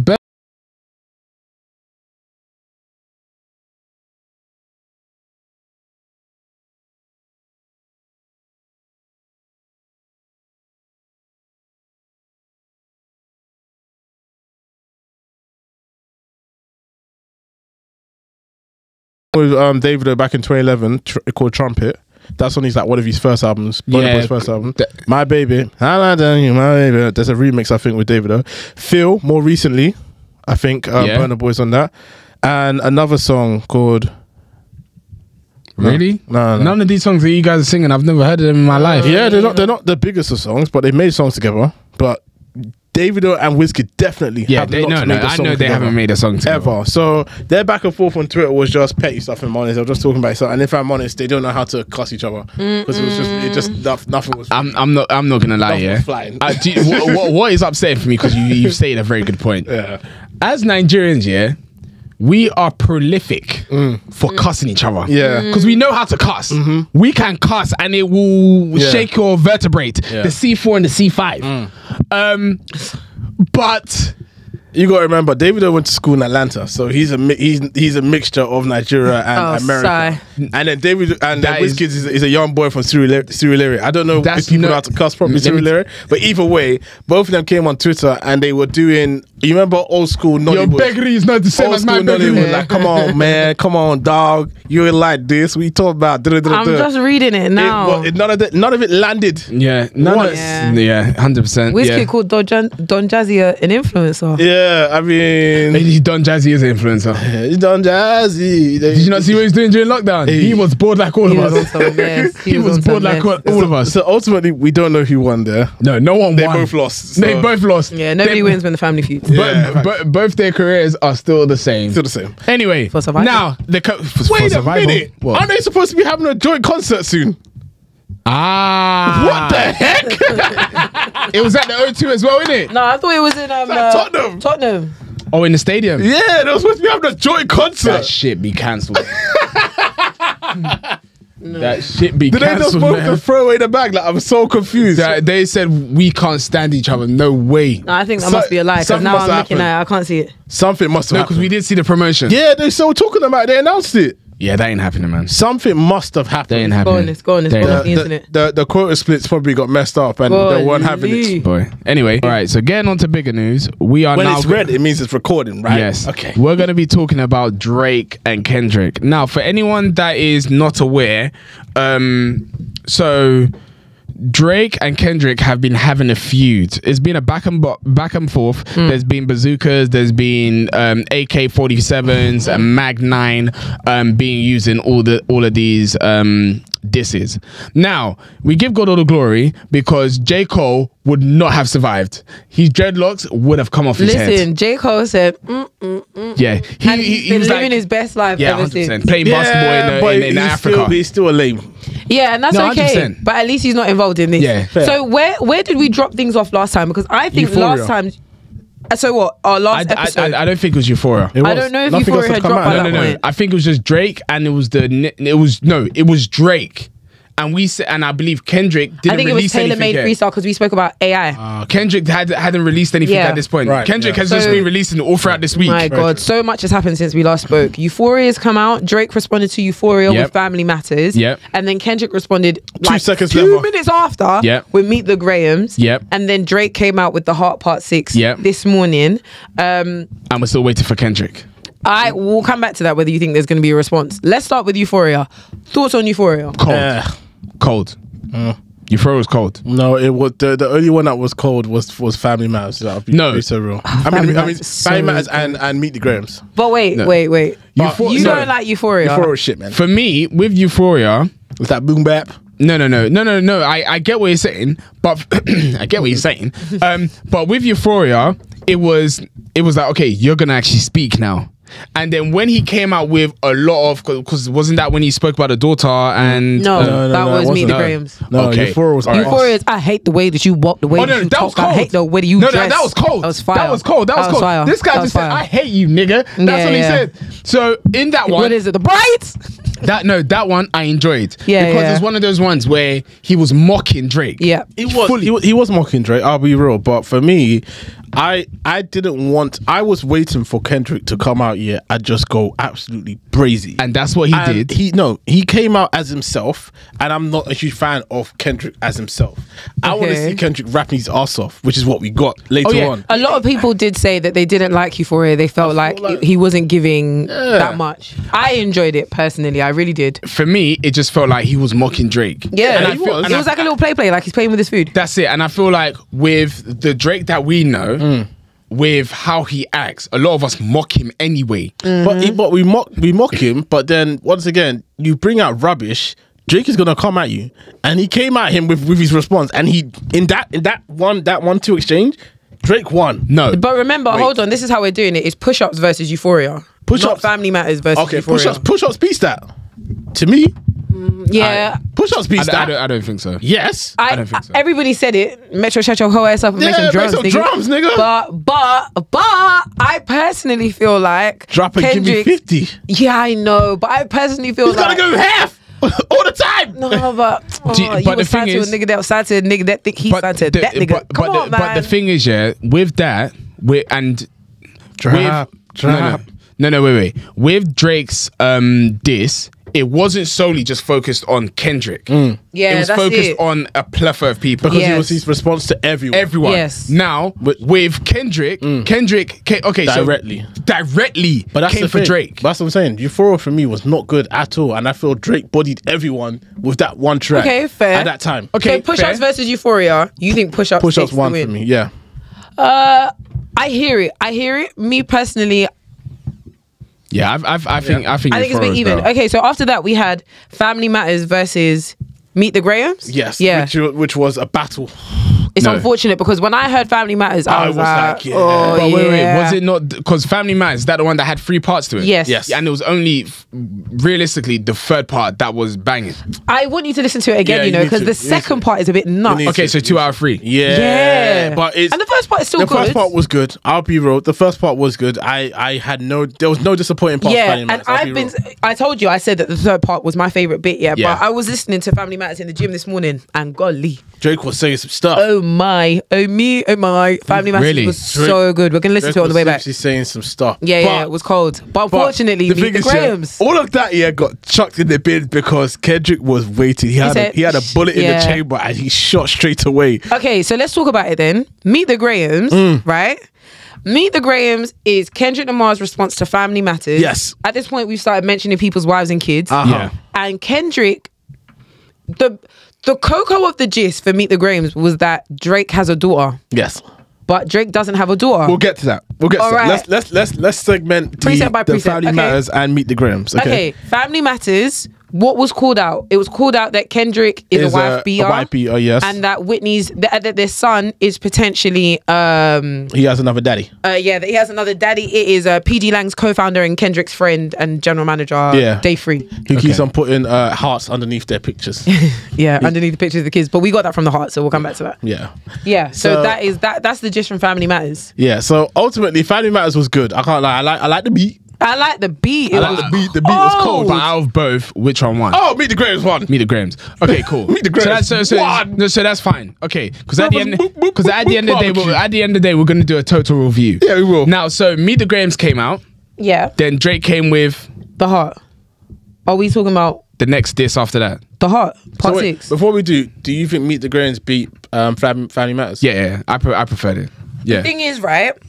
At first, I was like, annihilated it immediately, finished, done, yeah? And he was really saying some really hellish stuff in there. Kendrick. Okay. Don't bring context from I'm not. The main things to take away from Kendrick's diss was that Drake and all his friends are pedophiles. Yeah. And that he's got a daughter. And that his dad is making him tougher than he is to make him feel more black. And that his son, he's saying to his son, your dad's a deadbeat, he's a master manipulator, and he's finished out here. Yeah. And also that Atlanta put him on. Yes. Yeah. all the different people in Atlanta. Oh, yeah, Meet the Grahams. There was a Beat his lot, man. He ass. beat his ass. Like, Beat his ass. and he didn't even give him time. He didn't give Family Matters time to even Rest, that's the problem. He said sharp. Yeah, man, he beat his ass. So do you feel like it's important, because it is important to raise the fact that Kendrick mentioned a daughter that does not exist? We'll get to that. That's why the are you thing. bringing We this up? can't bring that up Stop, just yet. don't bring that up. We're at the point of where Family point where Matters we and don't Meet the know. Grahams just came out. We don't know anything fine. else. All right, Goodness fine. sake, just jump in. Just So jump Meet the in. Jump Grahams in. wins. No, we just agreed that Meet the Grahams. Yeah. But then when we get to the next part, we all know where that's Yes. going. All right, You know what I so mean? that's Meet the Grahams, and then Drake, before he brought out the song, he put a post on his story, Yes. saying, "Lol, where is this hidden daughter?" Yes. Proceed to this morning, This Yes. morning. when we've got the Heart Part 6. Now, Okay. now we've got to this now. Where there's a lot that's come out. Yes, and Drake has unpacked a lot. Okay. And Drake has basically said to Kendrick Lamar, "We fed you some dirty information And you and took you the bait." bit it." Right. He said, "You know when we put rat poison in the cheese and the rats go and eat it and the trap goes like this." Sorry. That's what they did to Kendrick Lamar. And I know Kendrick right now, he might be sitting in the studio. He's like, "Oh gosh." Right, You know when you so- get up and you break your keyboard. Down. Shit. Who checked this? Who checked this? Now, wait, can I So- just say one thing? Yeah. He ain't about the hood.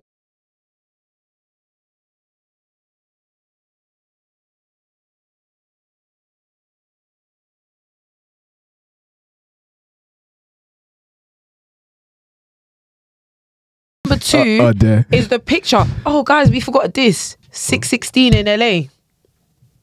Is that Kendrick's? That's Kendrick's, and that came out. Kendrick brought out 2. So after Meet the Grahams, He's brought out 3. after Euphoria, he brought out 616 in LA. Yeah, because he didn't even wait for Drake to He come didn't back let to him. him finish. He sent another one. Drake came back But with that Family one Matters. didn't land. It did. It wasn't. I personally feel like people that didn't enjoy Euphoria, they Enjoyed really that enjoyed one, yeah. 16 Yeah. in LA, and I like the way he was rapping. Yeah, he was he's mocking. right. He was mocking Drake's flow, Yeah, he but it was. was fantastic. I had a great time. Yeah. But even outside of that, By the way, the worst diss out of all of the disses out of this whole thing is definitely the one where Drake used Snoop Dogg and Tupac. yeah, that was the yeah. worst one. I'm so glad it got taken off air. Yeah, for sure. I don't want to hear that one Anyway. again. Yeah. But what I was going to say, I've just lost my train of thought. Oh yeah, so with 616 in LA, that was when Kendrick used the picture, or maybe it was Meet the picture. Grahams, Yeah. of the glove, the Maybach glove, the yeah. medication, Yeah, and he got it all wrong. He Yep. said that the medication was Ozempic and it was for anti-inflammation.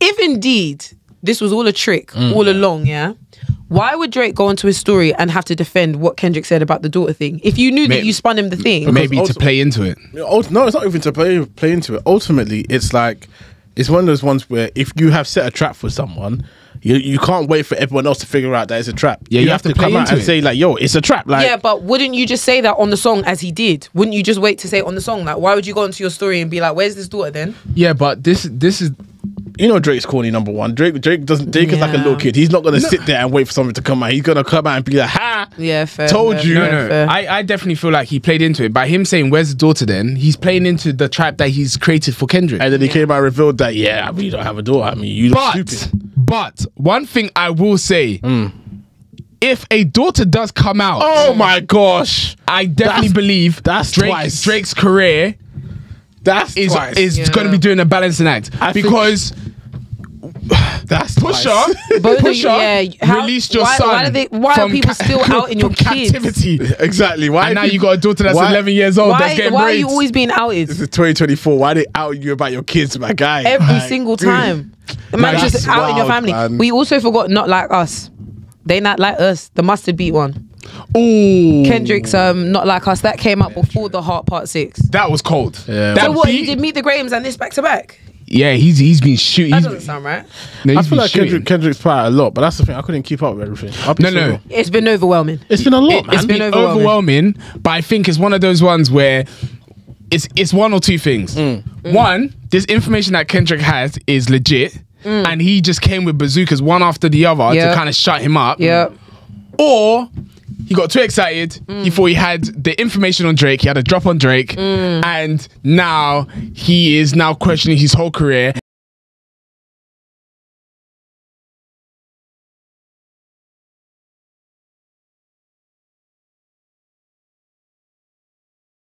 That Kendrick has put out. Yeah, because of the R. Kelly thing. Yeah, I think he. What? No, because you remember the R. Kelly thing that you were talking about. No, I know. No, sorry. No, so it was the this other way is around. different. So it was the other way around. Kendrick supposedly went to Tupac's camp and told him to tell him to pull down tailor-made freestyle. That freestyle. Yeah.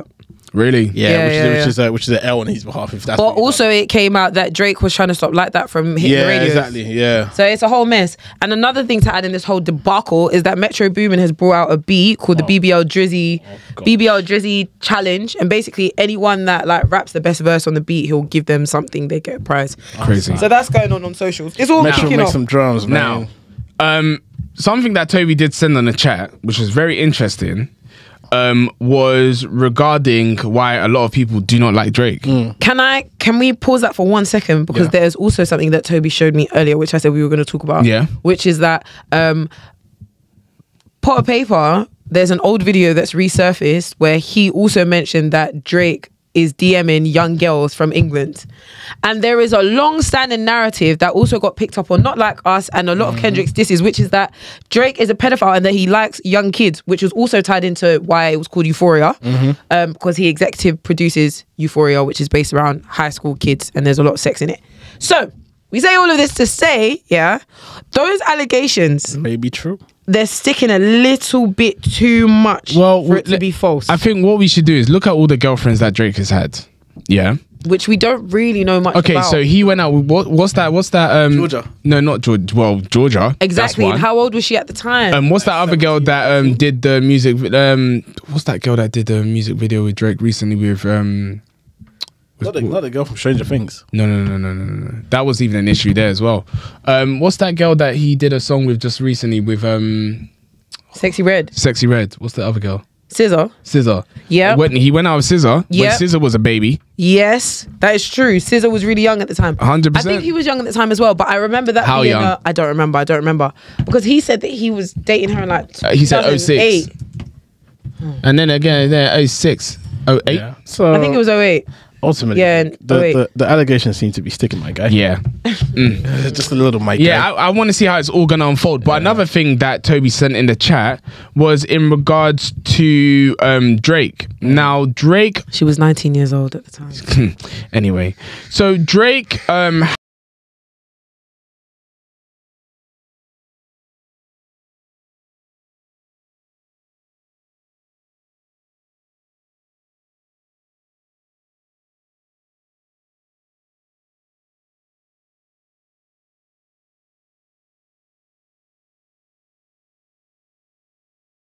of that company because of his huge investment, he also gets a cut of the music that is made by the artists that come through that distribution label. And Kendrick's one of them. I'm suppose a lot of artists, and a lot of the artists that he is battling with at the moment are part of that. So it's like you're making bread off What me. a naughty, and that's probably why he said drop and give me 50. Well, boy. Another thing as well is that Metro also tweeted, he was like, there's a real reason why we're not actually talking, why I don't fuck with you, so like let's not, like, you're lucky that I don't bring that up. There's a bigger thing. There's a bigger reason, yeah. There was also one thing I was going to say just now. Oh God, I've forgotten. Overall, who do you think is winning in this thing? At the moment, for me personally, I don't know who's winning, because now that Drake has released what he's released right now, it's got me questioning Kendrick, and it's one of those ones where if the information is correct, someone just knock. No, if the information is correct, then I'll say Kendrick. If the information is incorrect, everything that Kendrick has done is This none is and what void. I'm saying. It's really unfortunate because I do actually think a lot of it is incorrect. Yeah. The kid thing is definitely incorrect. Yeah. And if it is true that he actually fed him information and Yeah. And it didn't. You can't do this. Unfortunate. I'm not gonna lie. He needs to go and get some mentorship from Pusha P. But ultimately, what he was saying about Drake's character and like Chubbs and that, Drake didn't say anything about that. Chubbs and Back or Not Nice, like these men are actually like predators. They got. Well, they have been. But we've just seen, as we've just spoken about it in regards to his paedophilia. Who, Drake's? Yeah. That's not a lie. Man said if I was there, I would have been arrested by now. But right there. But the thing is, I feel like that is just a play on the situation, because we have called out a few different people, and I'm not backing this, but they were of age when he was going out with them. So that's why he's probably turning around and saying I would be arrested if that was true, because it's like, you might be saying that they're young, but that doesn't fly with me, because I'm sure Dutch Belly would have said the same thing. But that's the thing. But he couldn't say the same because he wasn't legal. But look at this. Let me use this as an example. Yeah. There's a person that's 40 years old that's going out with a girl that's 19 years old. Which we will frown upon. Wait, it's legal, but it's not right. But it's not right. But that's the thing. That's why I'm saying we have to probably read a bit deep into what Drake is saying. It's like, if it was true, I would be arrested, which is more sinister than you actually think, because he's like, even though they're young, they're legal. So what are you talking about? Man said legal beagle. But I'm just saying. I get what you mean. I do. Dotty. Yeah, it's all a bit of a mess. And even though what Kendrick said about the whole daughter thing, was that you? That went like this? Yeah. Okay. Even though the daughter thing might be false, it doesn't change the fact that the other things that he said 100% were true, and that he really did try to block like that from hitting the radios. And you really do go to Atlanta and different cities and try and like post up and collect things from there, like the culture vulture you are. There was something on that Mimi, the blogger girl, said. I don't like to bring it up, but I have to, because it was pretty interesting, where she was also trying to connect the dots. Yeah. And she was talking about how Drake has done that a lot, how he's come to different countries and different areas, and he's basically said that he's been supporting them, but he will come there, take their fame, take their support, take their culture, and we just dip and dive and go somewhere else. Well, she was like, when was the last time Drake came to the UK and actually supported UK artists? What's his name? What's that UK artist? Central C. So that they only link up in America. That's not true. But supposedly, that's what I'm going to say. Like, allegedly, there's stuff that we don't see. Wiley has been saying this for a while, that Drake is a culture vulture. Okay. Yeah, but I hear that. I mean, go on. So I get what they're saying. Yeah.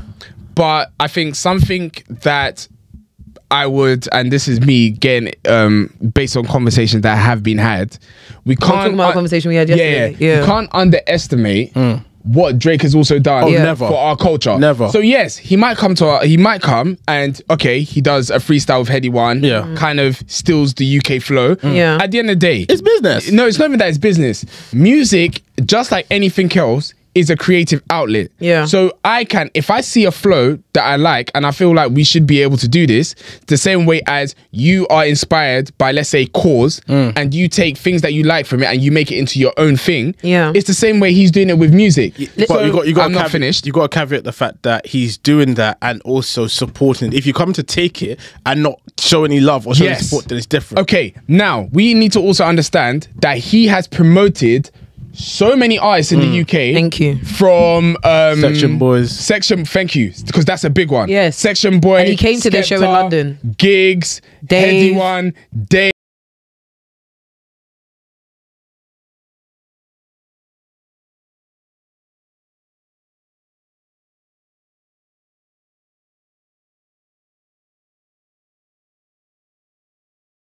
Supporting these people, but at the same time, the thing about Drake, and I do hear what you're saying, and the person that posted that Mimi, she's not necessarily wrong, but I actually thought it was clear as day. Drake has always been somebody who likes to try out different cultures, for lack of a better word, to tap into different cultures, tap into different trends. When Gunna and Little Baby were becoming really popular, he tapped into that Atlanta vibe. That was the flow of his sound at that time. Just like now that he's friends really close to Lil Yachty, his latest album, it mimics his sound sort of. So in the same way, when he came to London, he didn't just come to London, listen to a couple of songs and start singing drill. He came, he executive produced Top Boy, for goodness sake. Like, he was in London, like, he loved the culture. He used the culture to work on Nocta. He used the culture. He supported gigs. He supported all these people from London. Dave's career wouldn't be where it is now if not for Drake.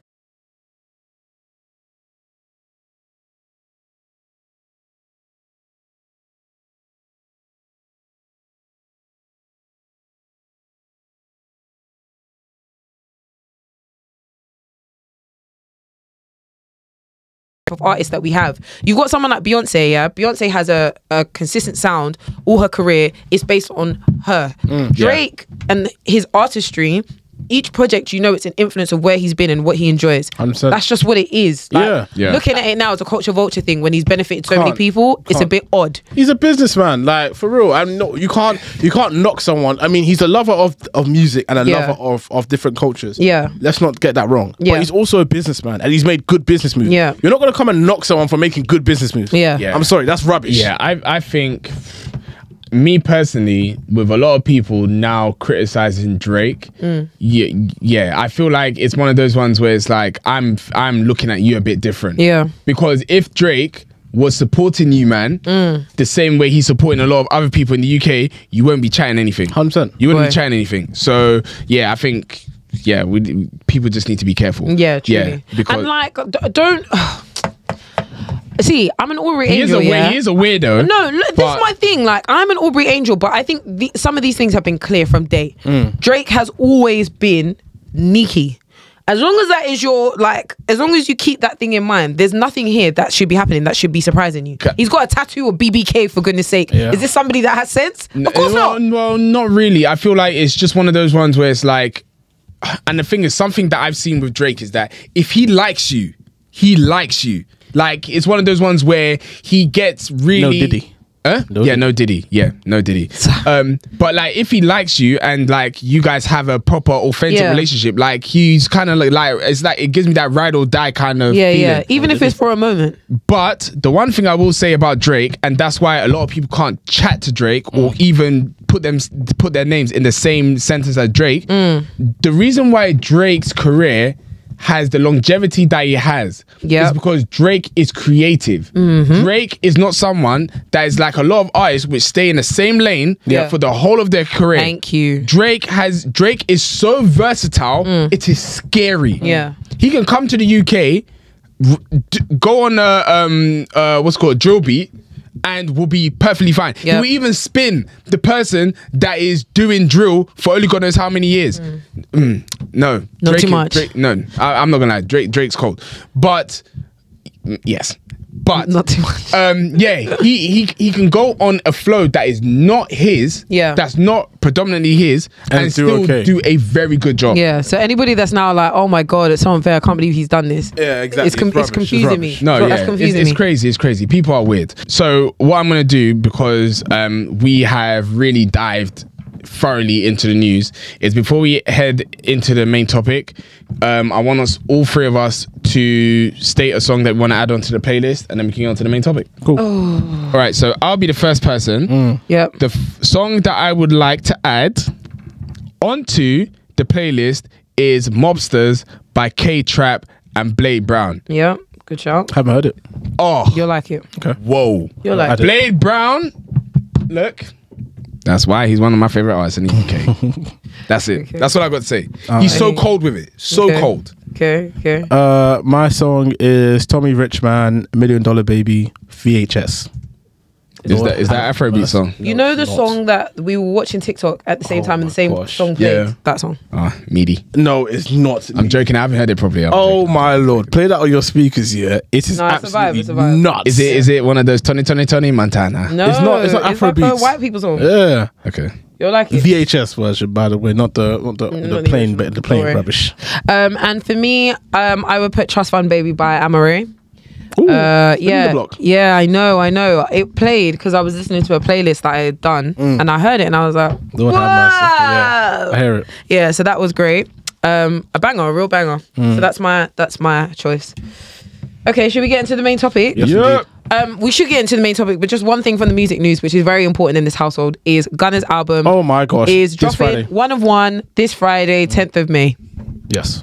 Any other business? No. Let's move swiftly on. So guys, we have been meaning to continue this conversation, but things have since developed since we last came up with the topic. So it's definitely something to be spoken about, but rather than it being Afrobeats focused, we wanted to talk about how we find or at least there's a recent argument that black artists, musical artists, are being pigeonholed into specific genres.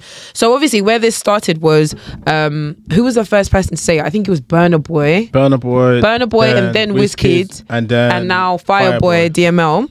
It was very much them saying, I'm not Afro anything. Don't call me Afro beats. I don't like Afro beats. I'm not an Afro beat artist. I make any sort of music. And more recently, Fireboy was basically saying like, anything I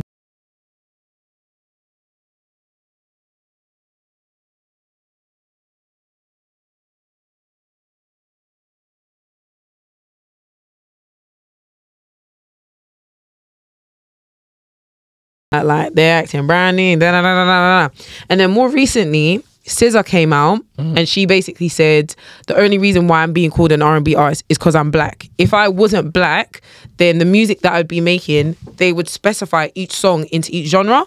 So she makes like Kiss Me More, Snooze is a bit R&B. Like she's made songs in the past that are definitely pop songs or alternative or indie music, and she's still considered an R&B artist. And the example that she used was, if Justin Bieber made a pop song, it would be called a pop song. He wouldn't be called an R&B artist just because he gave us journals. Fair. Okay. So up until you brought up SZA, I was gonna say some of these individuals have a point. And some of them what about don't. Tyler the Creator as well? Let me throw that one in there. So Tyler the Creator, I feel like we are now definitely in an age of music, where there is definitely a space between genres which has never been identified. You get what I mean? And it always gets categorized as alternative because it's like we can't put it in one box, so it just turns into alternative because we've got alternative rap, we've got alternative R&B, we've got alternative Afrobeats, we've got all of that. That's categories for the music though, right? But that's what I'm trying to say. So when they're trying to say they're getting pigeonholed into one category, that I get it to an extent that you make different types of music which have influences from where you're from or the genre that you mainly are about. SZA, for example, I will purely call her R&B artist. I hear what you're saying. Some of your songs are pop like, but you're predominantly an R&B artist. Now the reason why I'll say that other people that says stuff is slightly different, because when I hear Fireboy's music, I think it's completely right. I feel like he has a lot of Afrobeat influences, but I would not put Fireboy's music in the same category as Wizkid. Same way I wouldn't put Amma Ray's music in the same category as Wizkid. What about Rema? Same thing for Rema. I wouldn't put it in the same category as Wizkid. It's not Afrobeats to me. But the thing is, and this is where this is a whole different argument. Wizkid, for example, he has made a lot of Afrobeat song. As of recently, he has delved into different types of sounds. He's delved into dancehall a bit. He's delved into, I'll probably say, the alternative R&B. Like I'll say that kind of stuff. And Burna Boy on the other hand, like Burna Boy has never not made Afrobeats. So you're purely Afrobeats. What would you say Odunsi is? Odunsi's alternative. He's alternative. Okay, but this is the thing. This is my issue. Is that he's Alte. This is the issue. Like I feel like Alte, for one, is a sound which I think has developed from each category, because I think every single genre of music has an Alte side of it. Now, let me say, because I was supposed to say one statement that I screenshot. Yes. Someone said in one of the posts, I think it was from Fireboy's thing, it basically said, the conversation isn't really distancing themselves from the genre. The diaspora created the Afrobeats term as an umbrella label to export Nigerian music. 100%. Their real argument is you can't box any and every music that comes out of Nigeria / West Africa as Afrobeat. 100%. Yep. You can't have working ears and listening to Ashake, Thames, Olamide and Burna Boy and say they all make the same music. Exactly. It's like saying Young Thug, Usher, Chris Brown, Kendrick Lamar all make hip hop music because they are from the US. The same applies here. 100%. And that's 100% right. And that's what I'm saying. Some of those artists that said that, they are very right in what they're saying. Because I'll be real, it is true when it comes down to the award show. And you're trying to get an award for something, just getting bonged into the Afrobeats category because you're from Africa is complete rubbish. Like, you should be able to... So you do agree with Wizkid then? I agree with Wizkid to an extent, but the thing is, Wizkid does make predominantly Afrobeats music. Right message, wrong messenger. It's up until recently that he's been doing different stuff. Well, but I think hold on. it makes a lot more sense for Fireboy. Well, hold on, because More Love, Less Ego. Yeah, that's not Afrobeats. That ain't Afrobeats. And Made in Lagos wasn't Afrobeats. Recent. That's recent. Made in Lagos wasn't Afrobeats as well. You're talking about everything before Ginger. that. Everything before that was Afrobeats. But this is the thing. If you're talking about everything before that was Afrobeats, yeah? He's talking about now. But that's what I'm saying. Like he has a point. Yes, he has a point. But I just feel like it makes a lot more sense coming from someone like Fireboy that just come from Wizkid, because you've just recently done something which is different. Okay, so people turn around and saying that, oh, you make Afrobeats. It's not a crazy thing for them to say because they're so used to hearing Afrobeats from you. Afrobeats. So Afrobeats is the genre of music. Yes. Yeah. Yep.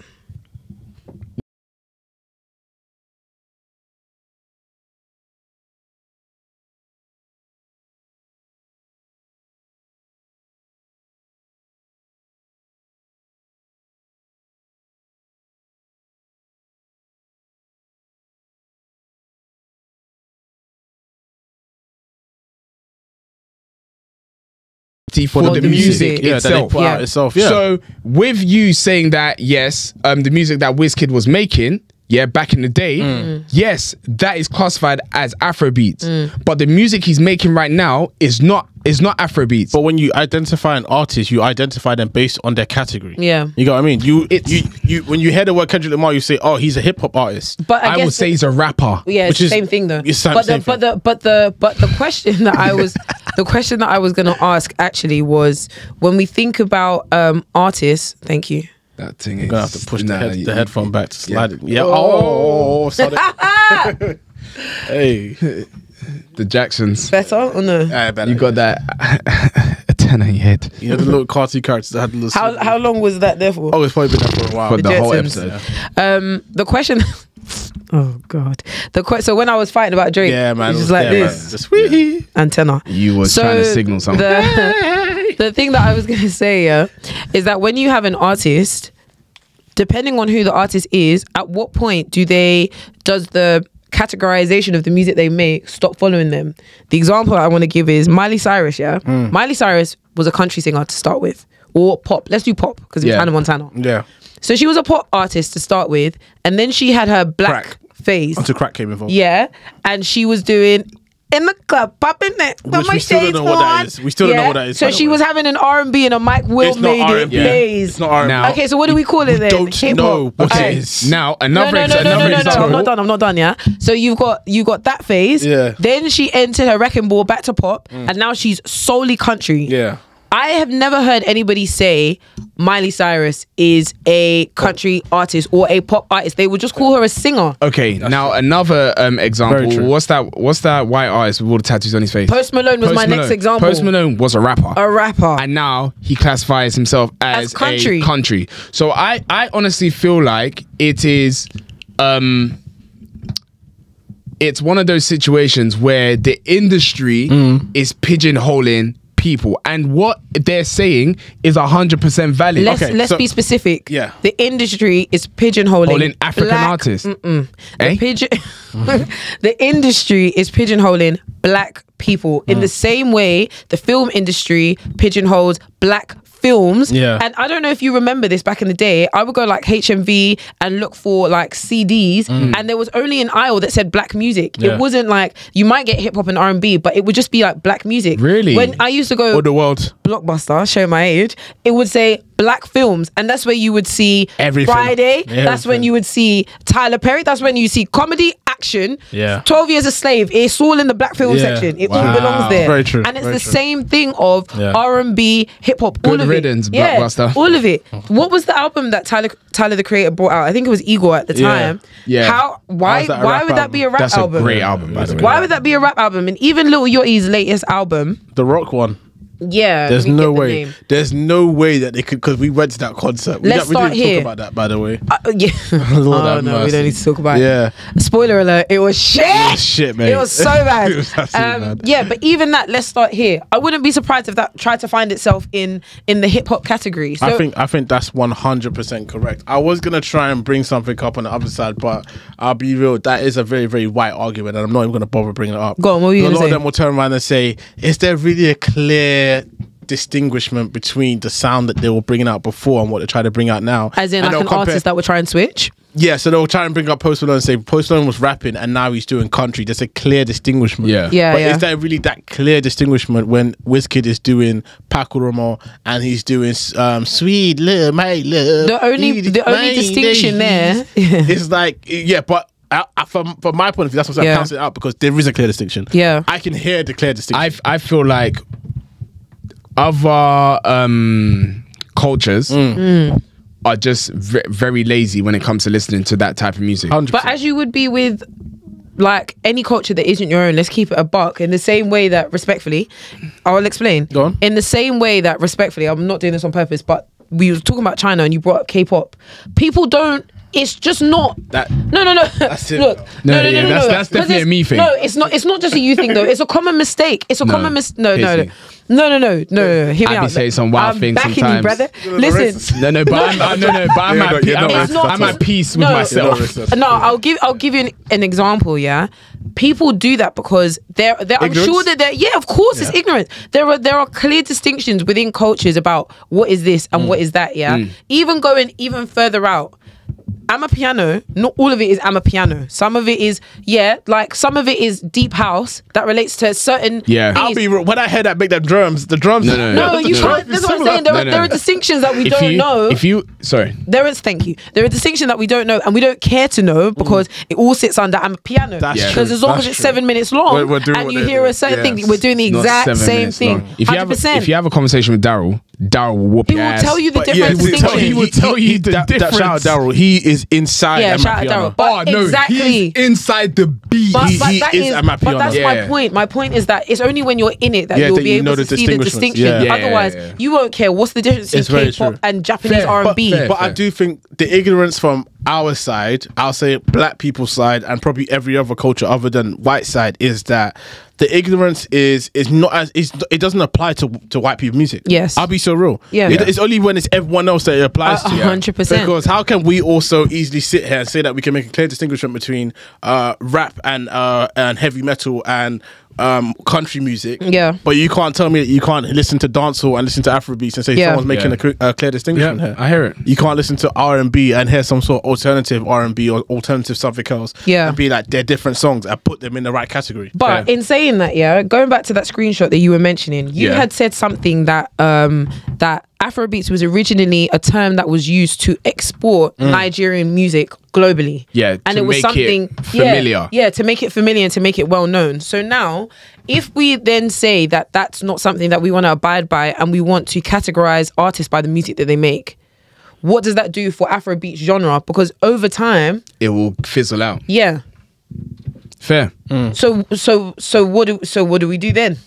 I don't know. We just put them in the right category. Don't Just ask go me by the that music question. and put them in the right category, I guess. I don't know. I feel like obviously Afrobeats is a genre in itself. So as long as people keep making Afrobeats music, Yeah, we'll be fine. there's a hella lot of Afrobeat artists that will Yeah. still Well, then be- again, but even us, whenever we're talking about Afrobeats, we got a few different subgenres in Afrobeats too. We got Fuji music.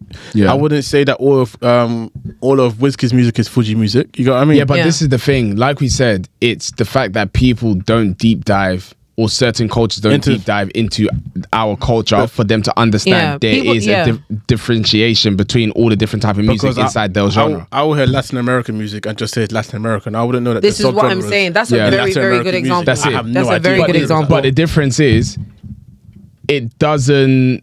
So with Latin American music, their music doesn't get pigeonholed like I can't say. Afrobeats? We wouldn't know. I can't say. I don't really know. Whenever I'm hearing Latin American music, I'm just hearing people saying it's Latin American music. I don't hear anyone saying Latin American pop, Latin American.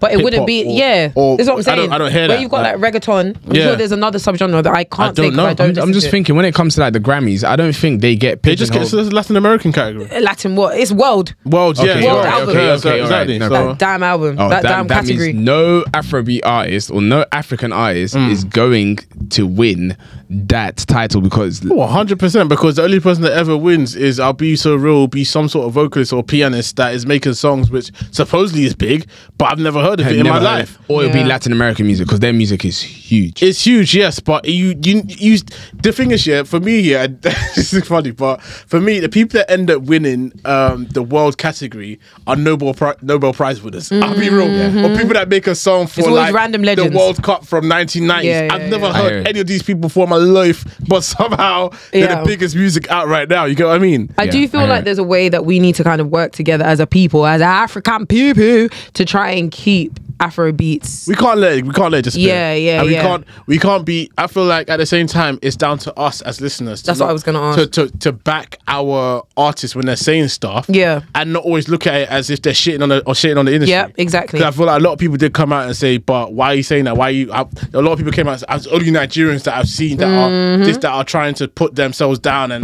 not back their own thing. But it's like if you actually use your brain and your ears, you'll actually hear what they're saying and not take offense to it. Yeah, facts. Like you'll actually hear what they're saying and be like, okay, cool, I get what you're saying, and maybe we need to do a lot more work on our behalf before the industry will be able to take that on. Yeah, because it will come from us. If we turn around and we say we're not agreeing with that, that's got to be changed. Then cool, it can be changed. Yeah, because ultimately, if the artists are feeling that their creativity is getting squashed and they're getting put down in one category, they'll just turn around and not make the music anymore. Yeah, exactly. Fair. Yeah, 100%. And I also feel like as well, what you were saying about consumers, I feel like it's really important for us to not feel entitled to an artist based on the way they've been categorized by like people like the Grammys that don't really know anything.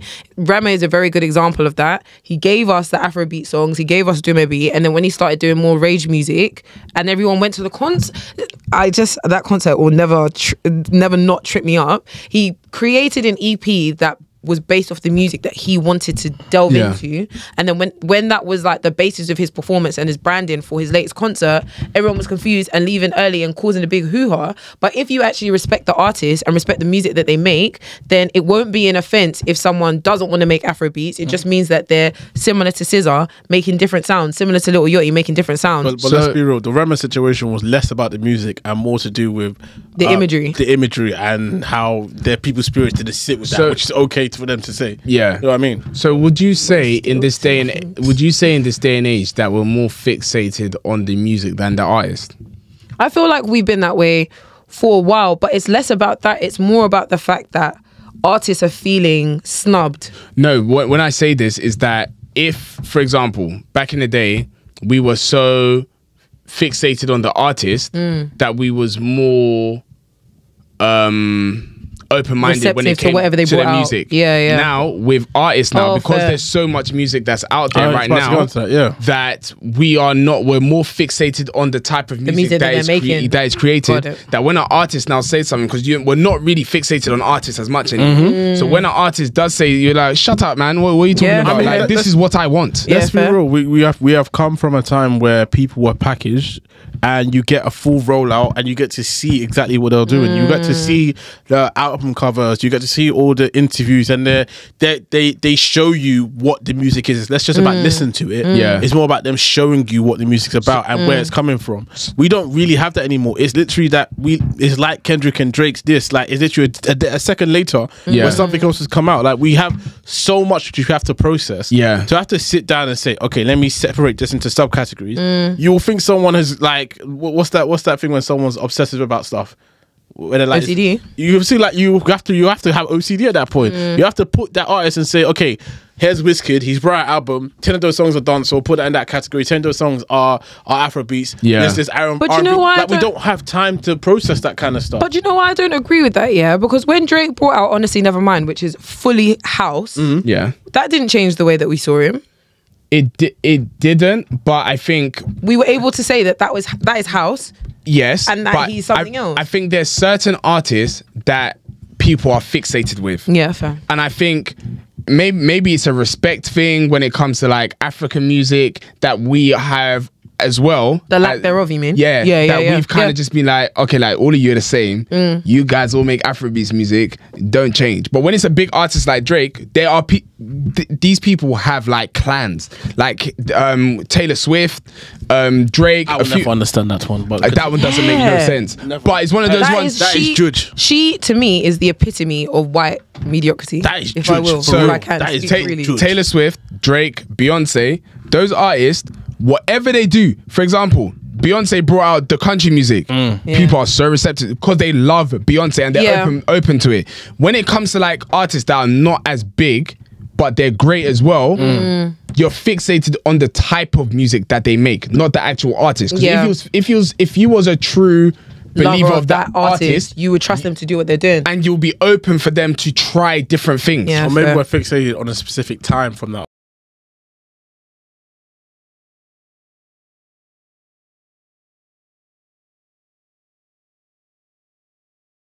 In the last episode, I might not, but do you think now that a lot of artists are now independent, do you think that that has impacted the way we see artists? Because you spoke about how labels used to package artists, and the way they did things with artists, it helped us to really identify with that artist. And now that there's a bigger push for people not to get into those label deals and for them to like build their own brands and stuff like that, it's kind of they're not developing themselves correctly, and it's making it harder for us to like really identify ourselves with those artists, if that makes sense. All we're getting is music now. We're not getting a full package anymore. I'll be so real. Is that what you want? Do you want a full package? It's not that I want it, but it's one of those ones where it's like when you're coming out saying stuff, you need to be very aware of the times that you're in. You know what I mean? If we're coming from a time when we were getting this full package, which was obviously supported by labels, and not everyone could do that by themselves because it's expensive to do. We are now in a time when we don't have that full package, so we've got to deal with what we have. So when you're getting pigeonholed in that situation where you feel like you're not being diversified, for me, as someone that does listen to music, not as vast as other people, but I do listen to music, I can make that distinguishment to an extent. You get what I mean? I can tell that Rema is not Afrobeats. You know what I mean? I can say that. When I say Rema is not Afrobeats, I don't mean that he's not coming from an Afrobeats background and he's not African. I'm just saying that the music that he makes is not quintessentially quote unquote Afrobeats. So I can make that distinguishment. But other people that don't see that and don't listen to that kind of music all the time, it's not going to be as easy when you're just hearing the song come out and that's about it. You don't really know much about the artist. You just hear the song. You know what I mean? I think to answer your question with what you were saying, while I think I've noticed the difference that there aren't like artists that have been like forged, if you will, that have been put together by labels and stuff like that. I kind of prefer it not being that way because as somebody that does listen to a lot of music, I am navigating towards the sounds that I like, not the artists, not the artists that I care for. Because a lot of those artists that were put together in that way weren't making the music that they wanted to make. So there was a lot of music that we were actually missing out on at that time because they weren't actually able to make the music. Like if Rema was pigeonholed into the music that he started with, we wouldn't have heard a lot of songs. I don't think we would have heard a Charm. I don't think we would have got a D&D. I don't know if we would have got that music. So I'm open to artists doing other things, and I think that actually what is missing within the space that we're in, me personally, I don't care about big establishments because they are naturally going to be racist by default because they won't care to know what smaller cultures are doing, because the majority of the world is not international culture. I wouldn't want to use the word racist, but it kind of stands. It's ignorant. But I think naive. It's not naive. It's ignorant. It's willfully ignorant because I don't need to care about that because that's not where the money is. The money is where the bigger piece of the pie is, which is Western music. That's just a fact. That's just a fact. So for me, I think that I'm not really too concerned about the bigger establishments. They will continue to be ignorant because that is business. That's what business. They are, but for me, as a consumer, I'm always going to, if there's music that I enjoy, or there's an artist whose music that I enjoy, I will generally work to make sure that I'm more clued up and a lot more receptive to music and not just pegging them as one artist or whatever artist that they want to be. Like the music that we've seen from Wizkid and More Love, Less Ego, we would not have seen that if he just decided to stay with Pacaromo. We would have been stuck with the superstar version of him. Fair. So it's just one of those. But Yeah, I think that's a good place for us to end. Yep. Because I know the Cube are going to come knocking. Thank you so much, guys, for tuning in to episode 150 of Hype and Then Some. In terms of where to find us, we're on all socials. By all, we mean Instagram and TikTok, by searching Hype and Then Some. And the hoodies are still live. We've got minimal sizes left, though. Yeah. Let me not cap. There's it's only like, a few. Yeah, it's like less than 10 of each size, at least. Some of them less than 5. So don't sleep. Okay, but thank you so much for tuning in, for purchasing hoodies, for continuing to support us. You know where to find us. We'll be back in a jiffy. Until then, MBT, any other business? Guys, this is episode 150. We're Hype and Then Some, and we're about to enjoy the rest of our bank holiday. Yes, We're sir. out. Peace.